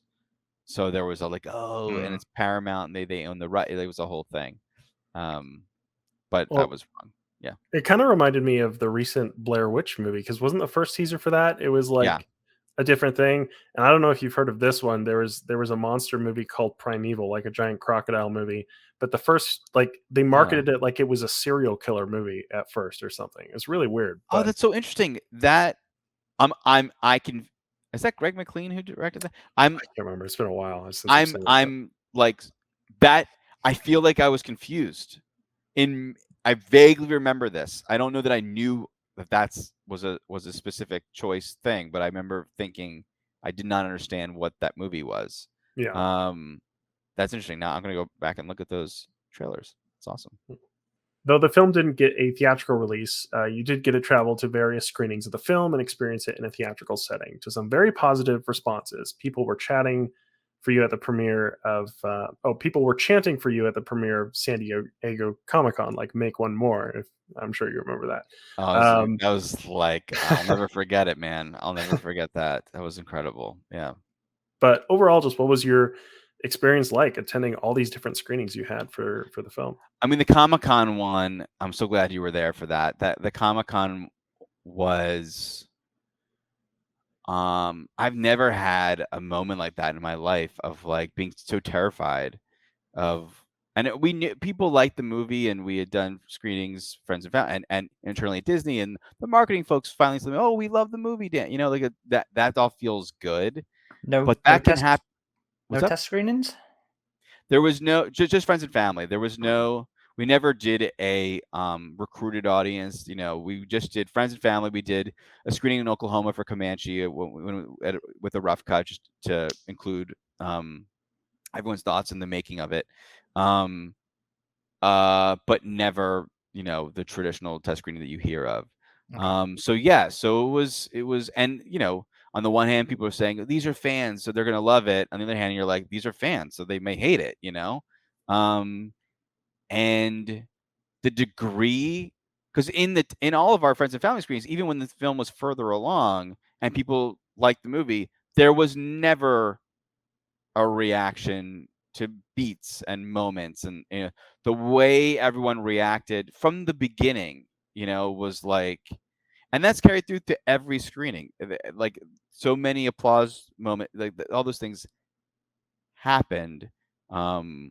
And like there's that video of Brendan Fraser, like if there was a camera on me, like I was fighting it so hard because you're held on the whole time, and it's like to be validated like that was such a relief, that you just like, you just sort of let go, like not who were crying, like Tom Hanks and Captain Phillips. It just felt so incredible. I have no recollection of the Q&A afterwards. Like the whole time, I was just like, I cannot believe that I can't, and I couldn't believe this. I couldn't believe where people applauded and what people dug, and the way people dug into the movie. That's the thing. Also, the thing I was so upset that the movie wasn't theatrical, culturally, for uh,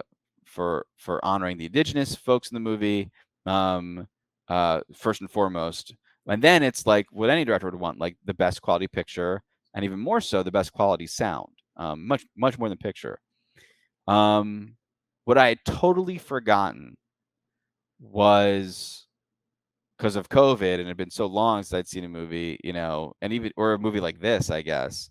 Even though I know I made it, but it's like to be watching a movie where it's not just jump scares that people have together in a theater, it's applauding for cool shit, and like that is what a treasured experience to have that. And it's different than having your friends over on the couch and you guys go, isn't this awesome? And feel, when you're with strangers and there's this weird feeling, like we're all like, yeah. One of my favorite movie memories was going to see here's the reflection of two memories. I was deeply influenced by Hong Kong action movies, and I saw John Woo's Hard Boiled in my basement alone, and my jaw was on the floor, and I run upstairs and tell my parents, like, you won't believe this, I just saw the craziest thing, this guy sliding down a banister with two guns. Like, it's like, oh, okay, and you just feel like you just had this private, nobody understands the greatness that I saw moment. And then seeing Jackie Chan's First Strike, which is Police Story 4, in a movie theater. And in the latter fight, there's a beat at the end of the fight, and I instigated a standing ovation in the middle of a movie, and it just was like this. Isn't this amazing? We all just saw this together. How cool is this? And that is a treasured part of the theatrical experience I had totally forgotten about, and the Comic-Con thing. And then, and chanting "Make One More." Like, it was just so crazy. It was so cool. It was so cool because we just been in the dark the whole time, so it was great. Yeah, those were just awesome theatrical experiences. I know for you too, Aaron, with the gala screening in UK. Like, we were really glad we got to see it in the theater, and hopefully, I don't know, like a Fathom Events thing in the future, maybe, hopefully. But like, I mean, it is interesting just the nature of films now and how all these big films are just coming to streaming platforms. But yeah, there is, the theatrical experience. There won't be anything like it ever. So yeah. You guys get it more like that is such an American thing. The Fathom Events thing? No, I mean no, your but experience. I will say, yes, the London screening was not quite like that. There was still some fun interact, whatever. Yeah, but it wasn't. There was some exclamations. It wasn't like Comic-Con though, and I freaked out. And it's funny that you say this, Aaron, because I got a little like, oh no. And I knew it'll never be like Comic-Con again in my life. Like, it'll never play like that. but everyone who's in charge of international press, whatever, she's like, this is just how it is. This culturally in the UK, this is how it is. I'm glad to hear you corroborate that, Aaron, because I've always been like, and I will say that Beyond Fest, the premiere, obviously, it's but Beyond Fest, massive. The reactions very much mirrored. And then when I watched the the reaction videos, it's like, oh yeah, the beats do play a certain way, in a good way, in a positive way. So yeah, London was a little bit funky, and I was definitely a little depressed afterwards. If I'm being fair. But thank you, Aaron. You just Yeah. So brought a little load off my we're more shoulders. reserved here. You got a few you got a good few. Oh damn, and yes, Right. from me, but Yeah. one. But right. and I was sat next to you as well. Yeah. I didn't hear. I didn't. Yeah. I was. Don't worry, it wasn't Yeah. shouted out. We're very under. Oh yeah, damn. Yeah. Yeah. No, I had other people in front friends that I knew, and I was distracted by seeing the back of their heads reacting to things. But yeah. Anyway. It's you, Adam. No, it's you. You're 21. Oh shit! Yeah. Okay. Now it's my turn. who's My turn unprepared to be now? crap. Yeah. Sorry. Again, this is probably one you're not going to say much on, but I've got to ask it because I get lynched if I don't. And it's naturally a lot of us are wondering about the possibility of that home release. I want it on that shelf behind me. You aware of any plans? Is it a likelihood? I have no idea, but I also. It's hard to imagine that there wouldn't. But then I don't know. Is there if there isn't precedent for a streaming thing to have physical media? I wonder if there is. I haven't looked into it, but I know that the guy who runs 20th is a hardcore fan, just like you and I. Steve. Yeah, hardcore. And loves not just like hardcore fan for movies and all, but like loves toys, loves merch. He's a nerd. Yeah. Is it so? If it could happen, he would try very hard to make it happen. I imagine it's hard to imagine there could be like a box set that doesn't include. Yeah, it'd be really strange. So I think there would be, but I literally have zero information on the matter. Haven't recorded a commentary yet. But I'm just more. I haven't. But I'm just more optimistic that something like that would happen.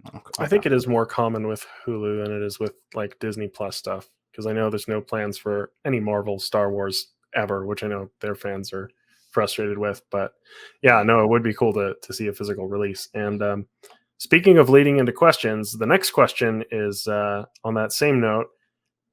With the film being so well received, there's been a question as to if we'll be seeing any merchandise. One thing we have heard of is a NECA figure in the works, but are there any other plans you can speak to about that? I know that there are action figures in the works, and I've seen some bits. So more than NECA, maybe? I don't know more than NECA, but maybe. But yeah, I can't say anything. I really hope to see a big Hot Toys of that feral predator. That would be awesome. And a little higher. Oh, and a vinyl of Sarah's score. That'd be great. Yeah. I still don't own the vinyl. There's an awesome Mondo vinyl of 10 Clover Lane, and I don't have it. I need to get it. Oh, you know what? Someone got it. The writer. Anyway, yeah, I need to connect with someone. But yeah, that's got to be. There's got to be. Yeah, Sarah, what she did is exceptional. That score was fucking brilliant. It really was. Yeah, I agree. I really agree. I'll tell you guys, the funny thing about that score was when we initially temped the movie, it was all like Sicario and very modern, very drony, because I didn't want to feel like music you typically hear when you're spending time with Native Americans, and I didn't want it to be Predator. In all fairness, if that score hadn't, if it had been a while since we heard the Silvestri score, I probably would have. I was like, this would be cool to like bring it back, but everyone had continually done that. Yeah. So I was like, well, now that's not cool. And and I really wanted to feel like unexpected music with the aesthetic and the setting. So that's why we leaned on Sicario, Joker, all Hilder and Johan Johansson, that kind of score. And there's still some stuff in that zone in the movie. But there was one part when she goes off on her journey, and we had as temp there one of my favorite scores of all time is James Newton Howard. It was Snow and the Huntsman, or I think it was Snow and the Huntsman. And it's this beautiful sweeping fantasy, and it was so wrong in the rough cuts that we would show, because it's nothing like the rest. It's so hard. You have temp music that's all over the place. It really affects the watch of the movie. And it was but I was like, oh my God, I've never thought I was going to be able to make a movie that could have a score like that. Like, oh my, are we doing this? Are we making a big heartfelt epic? Oh my, did we do that? I didn't realize that we had done it, and then Sarah got her hands on it and was able to find a way to have the music accomplish what all the more modern kind of stuff does, and then go big and sweeping and not feel too overly sentimental and overly cheesy, and just be really rooting and winning, and deeply emotional and epic. She just found a way to merit all those tones and be scored that I'd love to, not just score that's effective. A lot of those kinds of scores are really effective in a movie, but not one that I would listen to as a fan of movie scores. And what Sarah wrote, every track is like, and then the Predator thing was the big deal because of what I mentioned with the temp, was how we used the Silvestri score, and was like, if there's any way, Sarah, like, just basically challenged her, like, can you find a way to do your thing with the Silvestri music, so that when we cut to the Predator, we hear the and so we know, like, oh, Predator movie is coming for us. Frankly, I thought it was much more. I'm surprised that Yeah, we both missed it at first, but then when we listened to it on its honestly, that's some of that's the mix in the I think in some of the premiere had a better I think it was 5.1, like the 7.1's better, and the Right. and the home is better, so now, it's undeniable when you listen to it as a track on the album. I mean, even then, it kind of had to be pointed out to me because the tempo's a lot slower. Right.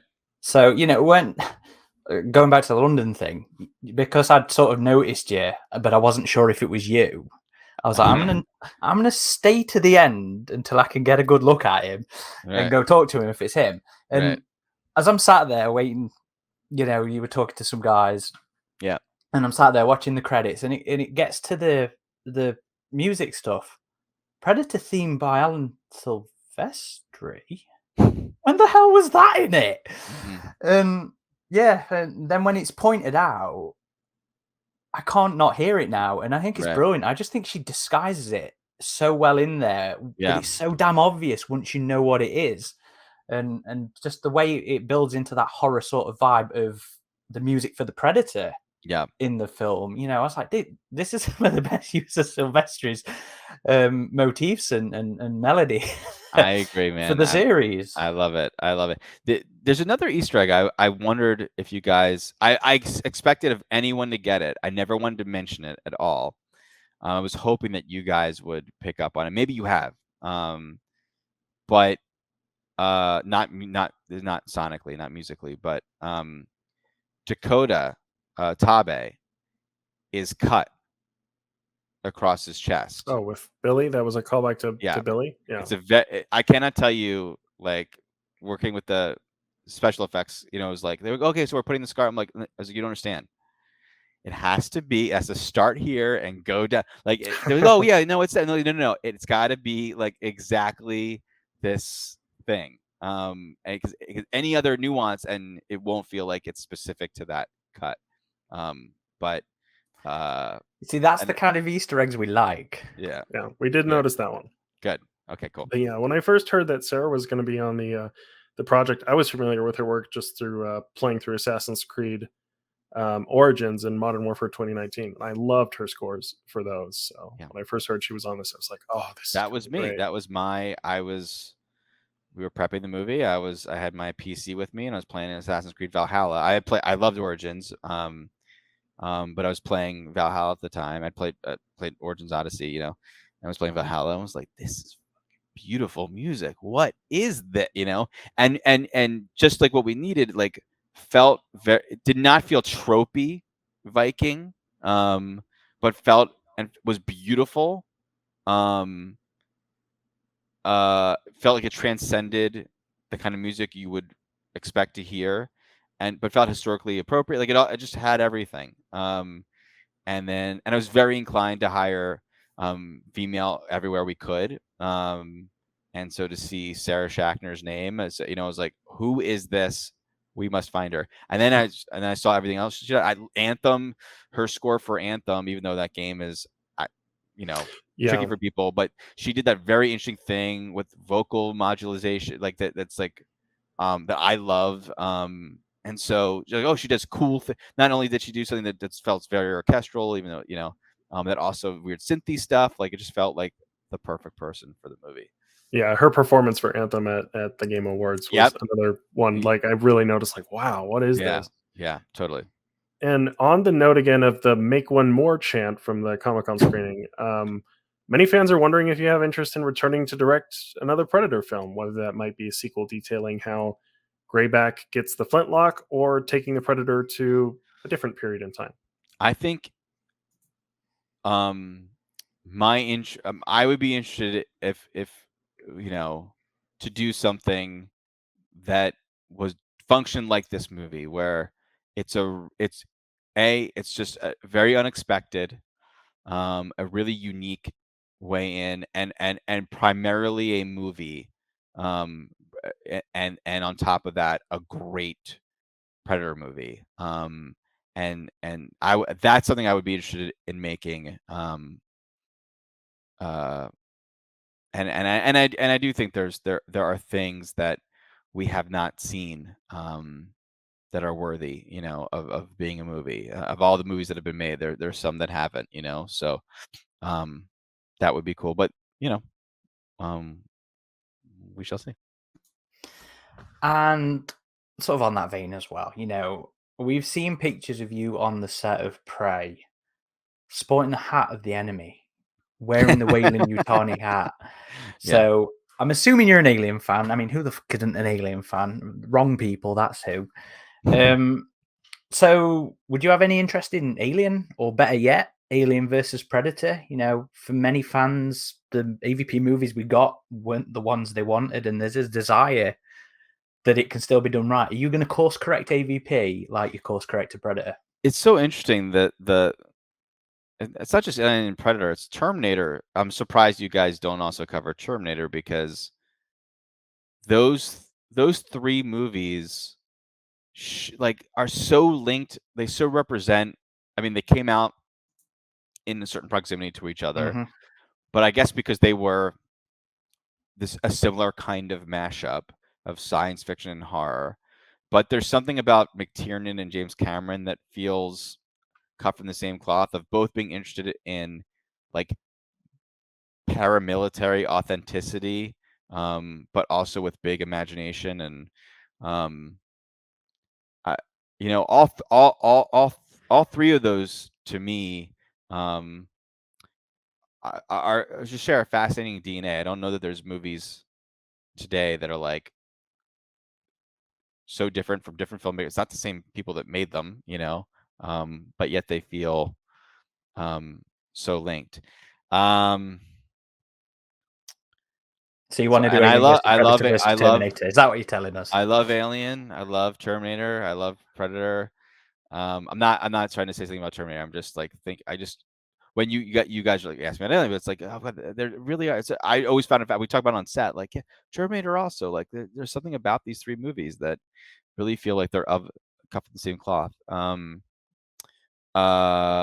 But yeah, I love Alien. I don't know. If you could ask me about anything, my answer would be the same. It's if I had an awesome idea, and maybe I do, maybe I don't, but if I had an idea that I thought that could be, I'll tell you that the thing that really, speaking of Terminator, I thought it occurred to me when we were getting close to the release of this movie, I was really excited for my mom to see it.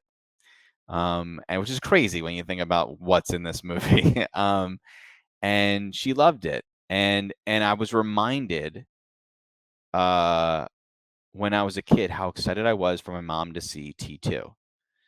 Was not excited to show my mom Terminator, but T2 I wanted her to see, because T2 is thematic, about something incredibly emotional, and has great set pieces. It's sort of it's got it all, and that's now a thing I can't really let go of. Is like that's what I'm after, is like, especially after having made this and letting it be, to some, not to everyone, but to some, a beautiful movie, a beautiful experience that also is insane and gnarly and vicious, and I think you can do both. So those are the things I'm looking for, is how can I make a movie continue to make movies that function that way. There's certainly room inside so many franchises, IP, pre-existing characters that could allow themselves to have stories like that. So, would you have counted Aliens as a show your mum movie? It's funny. Technically, it's all about motherhood. Aliens, Alien, no.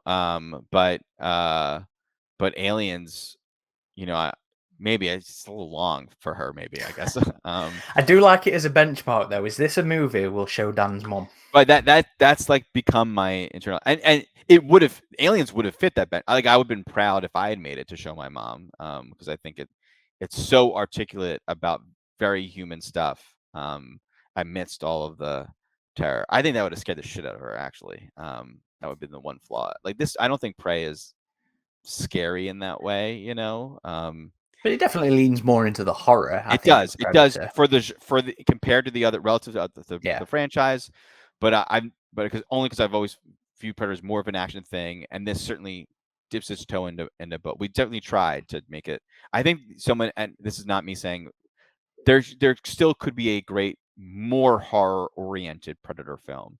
Because even this one, though it dips its toe and wanted to be scarier than many of the others, still I think is much more action based. But yeah. So that's everything from Adam and I. But we do have questions from members of the AVP Galaxy community, because we do always love to give them the chance. So this is from one of our members called Credan.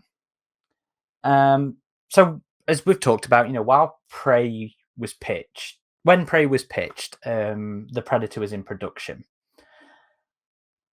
It's not very well received, let's be honest. And Credan's wondering, was there ever a point where it looked like that negative reaction to the Predator was going to impact Prey? Well, that is what happened. I mean, because the timing lines up with when the merger happened. It all just sort of made them put pause, and then see post merger what The one thing I knew, why I think it's also why I didn't give up hope, and why I didn't just say, oh, maybe we'll become another character and all that. In addition to the other things I said earlier, is that it's not like they're not going to never make a Predator movie again. And the movie that you make, when Shane's, Shane's, I don't want to say his kitchen. The script for Shane's movie was very kitchen sink. Was very like, let's go crazy, as you guys the speaking predators and the smoking, and which I feel like that if you're gonna do it, you do that, and then it's gonna be divisive no matter what. They ended up with something divisive anyway. Like, at least, be crazy, because people, I think now, especially today, we embrace those things. We embrace those bold swings. But I knew that in success, they're gonna want to make more. Cool for us. But even if it didn't succeed, the movie that you make when the last one was let's just go crazy is a more pure, back to what the original intended, that kind of thing. So I felt strongly at some point when they decide again, that we had a real possibility. And at the Spider-Man movie, the gap between when you make a movie that didn't quite work and when you can just restart again or whatever has been shrinking, our whole lives. So I remained optimistic, but yeah. And Darkseed asks how it feels to make a movie in a franchise with passionate fans while trying to show something new. Does the fan base scare away fresh ideas you would like to bring to the table?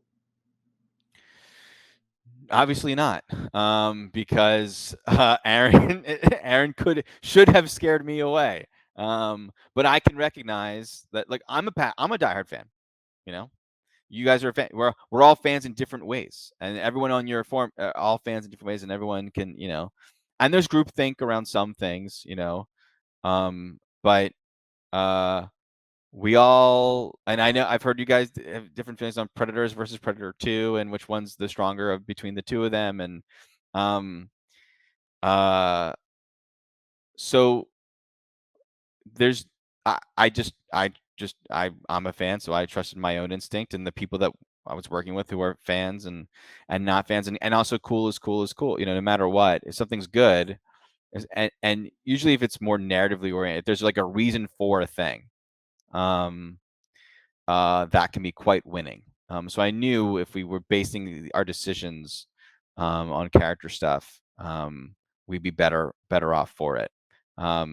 So can't win them all, um, but that's okay. I guess I've also been on the internet for a very long time, in terms of making things for the internet, having started with podcasting and all that stuff. Like, so I'm quite able to objectively look at negative feedback, and positive feedback, and recognize, that there's none of it is fact, and that, um, if there's if there's an opinion to be had, it will be, Yeah. no matter what. So, and I assume that I assume the worst and the best of all, assume the worst and hope for the best for many things. So yeah, so I did feel the pressure, but in a normal human way, I certainly didn't let myself drown in that. And you had kind of worked in fan spaces before with some of your shorts, like for Warframe and for Portal. Right. Yeah. So yeah, having those, yeah, Warframe, all of it was like, we're changing this about it, we're doing this instead, like, how are people going to feel? And um but that, most of it, the impulse is, I think we can make this even cooler. That I think we can really dig into the promise of the premise of it. So Predator, the premise being it's this alien creature that has come. Why not make it feel even more alien, more creature, and with a code of a? Why don't even make it feel like it's got more of a code, like the man, it's wearing its trophy on it. It's a trophy hunter. It's wearing, like, dig in more to the premise of it. Um, it was the safety net of it for me. Okay. So I feel like this one we might have already covered, but I'm just going to ask it in case you do have a different answer to the above. So, oh God, Adolfo Romero I'm terrible with names. Would like to know which moment from the film is the most significant to you personally. Um, I don't know whether we might have covered that with the most yeah, I mean, satisfied come the war together. cry is a little bit of that. I mean, frankly, her saying, "Why do you hunt? Because everyone says I can," is definitely a deeply personal thing for me, wrong or right, to feel that, which the movie investigates. Whether that's the right reason to do something, but I can trace everything I've ever done back to the person who said it would be bad, and it's like, you tell me that, and I'm like, well, now I have to make this, and I'm making it for an audience of one, for that person. Back to even in high school, like, an assignment, and a teacher said, oh, I don't think, it's like, I'm going to show you this, like that's a very human thing, I think, and sometimes it's great to use that negativity to fuel fires of positivity, and sometimes you're doing it for the wrong reason, um so that to me was um very important. And the thing with the flower and the embracing the mom's, that's me and my feelings towards my parents, and growing up and maturing and all those things. So there's a lot of me.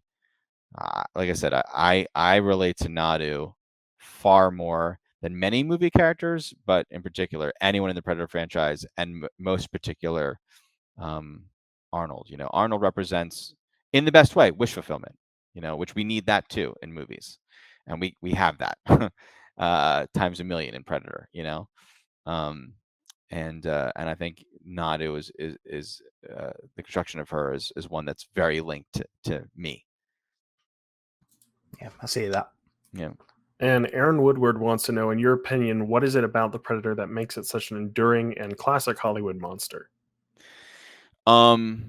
I think two things. One is the obvious. It's just a friggin' great design. And we have so many of those things in pop culture. And the Predator is one of them. And when I was announcing the movie, I got messaged on Instagram from like a father-daughter who dressed up as Predator, and I think the father was like, writing on behalf of the daughter, and she said, "I'm so excited for your movie. The Predator is my favorite character. I'm not allowed to see it, but it's my favorite character," which that says it all, right? It's the design, that creature, just is a cool looking thing. And on top of that, I think it's unique in it being the idea of a sentient, intelligent being, that is also a creature. It's usually one or the other, right? We're usually seeing a xenomorph is just a ferocious, it's animalistic, it's an animal, and or you're seeing like Close Encounters, and it's like, oh, these are not exactly Close Encounters, but a different kind of alien, and Predator is sort of a combination of those two concepts that aren't often put together. So and it's unique in that if you look at it, especially when it came out, and we're seeing it function like a slasher movie, and all the other slashers don't have the code, so there's almost something where you could be on you could see it being a good guy at some point.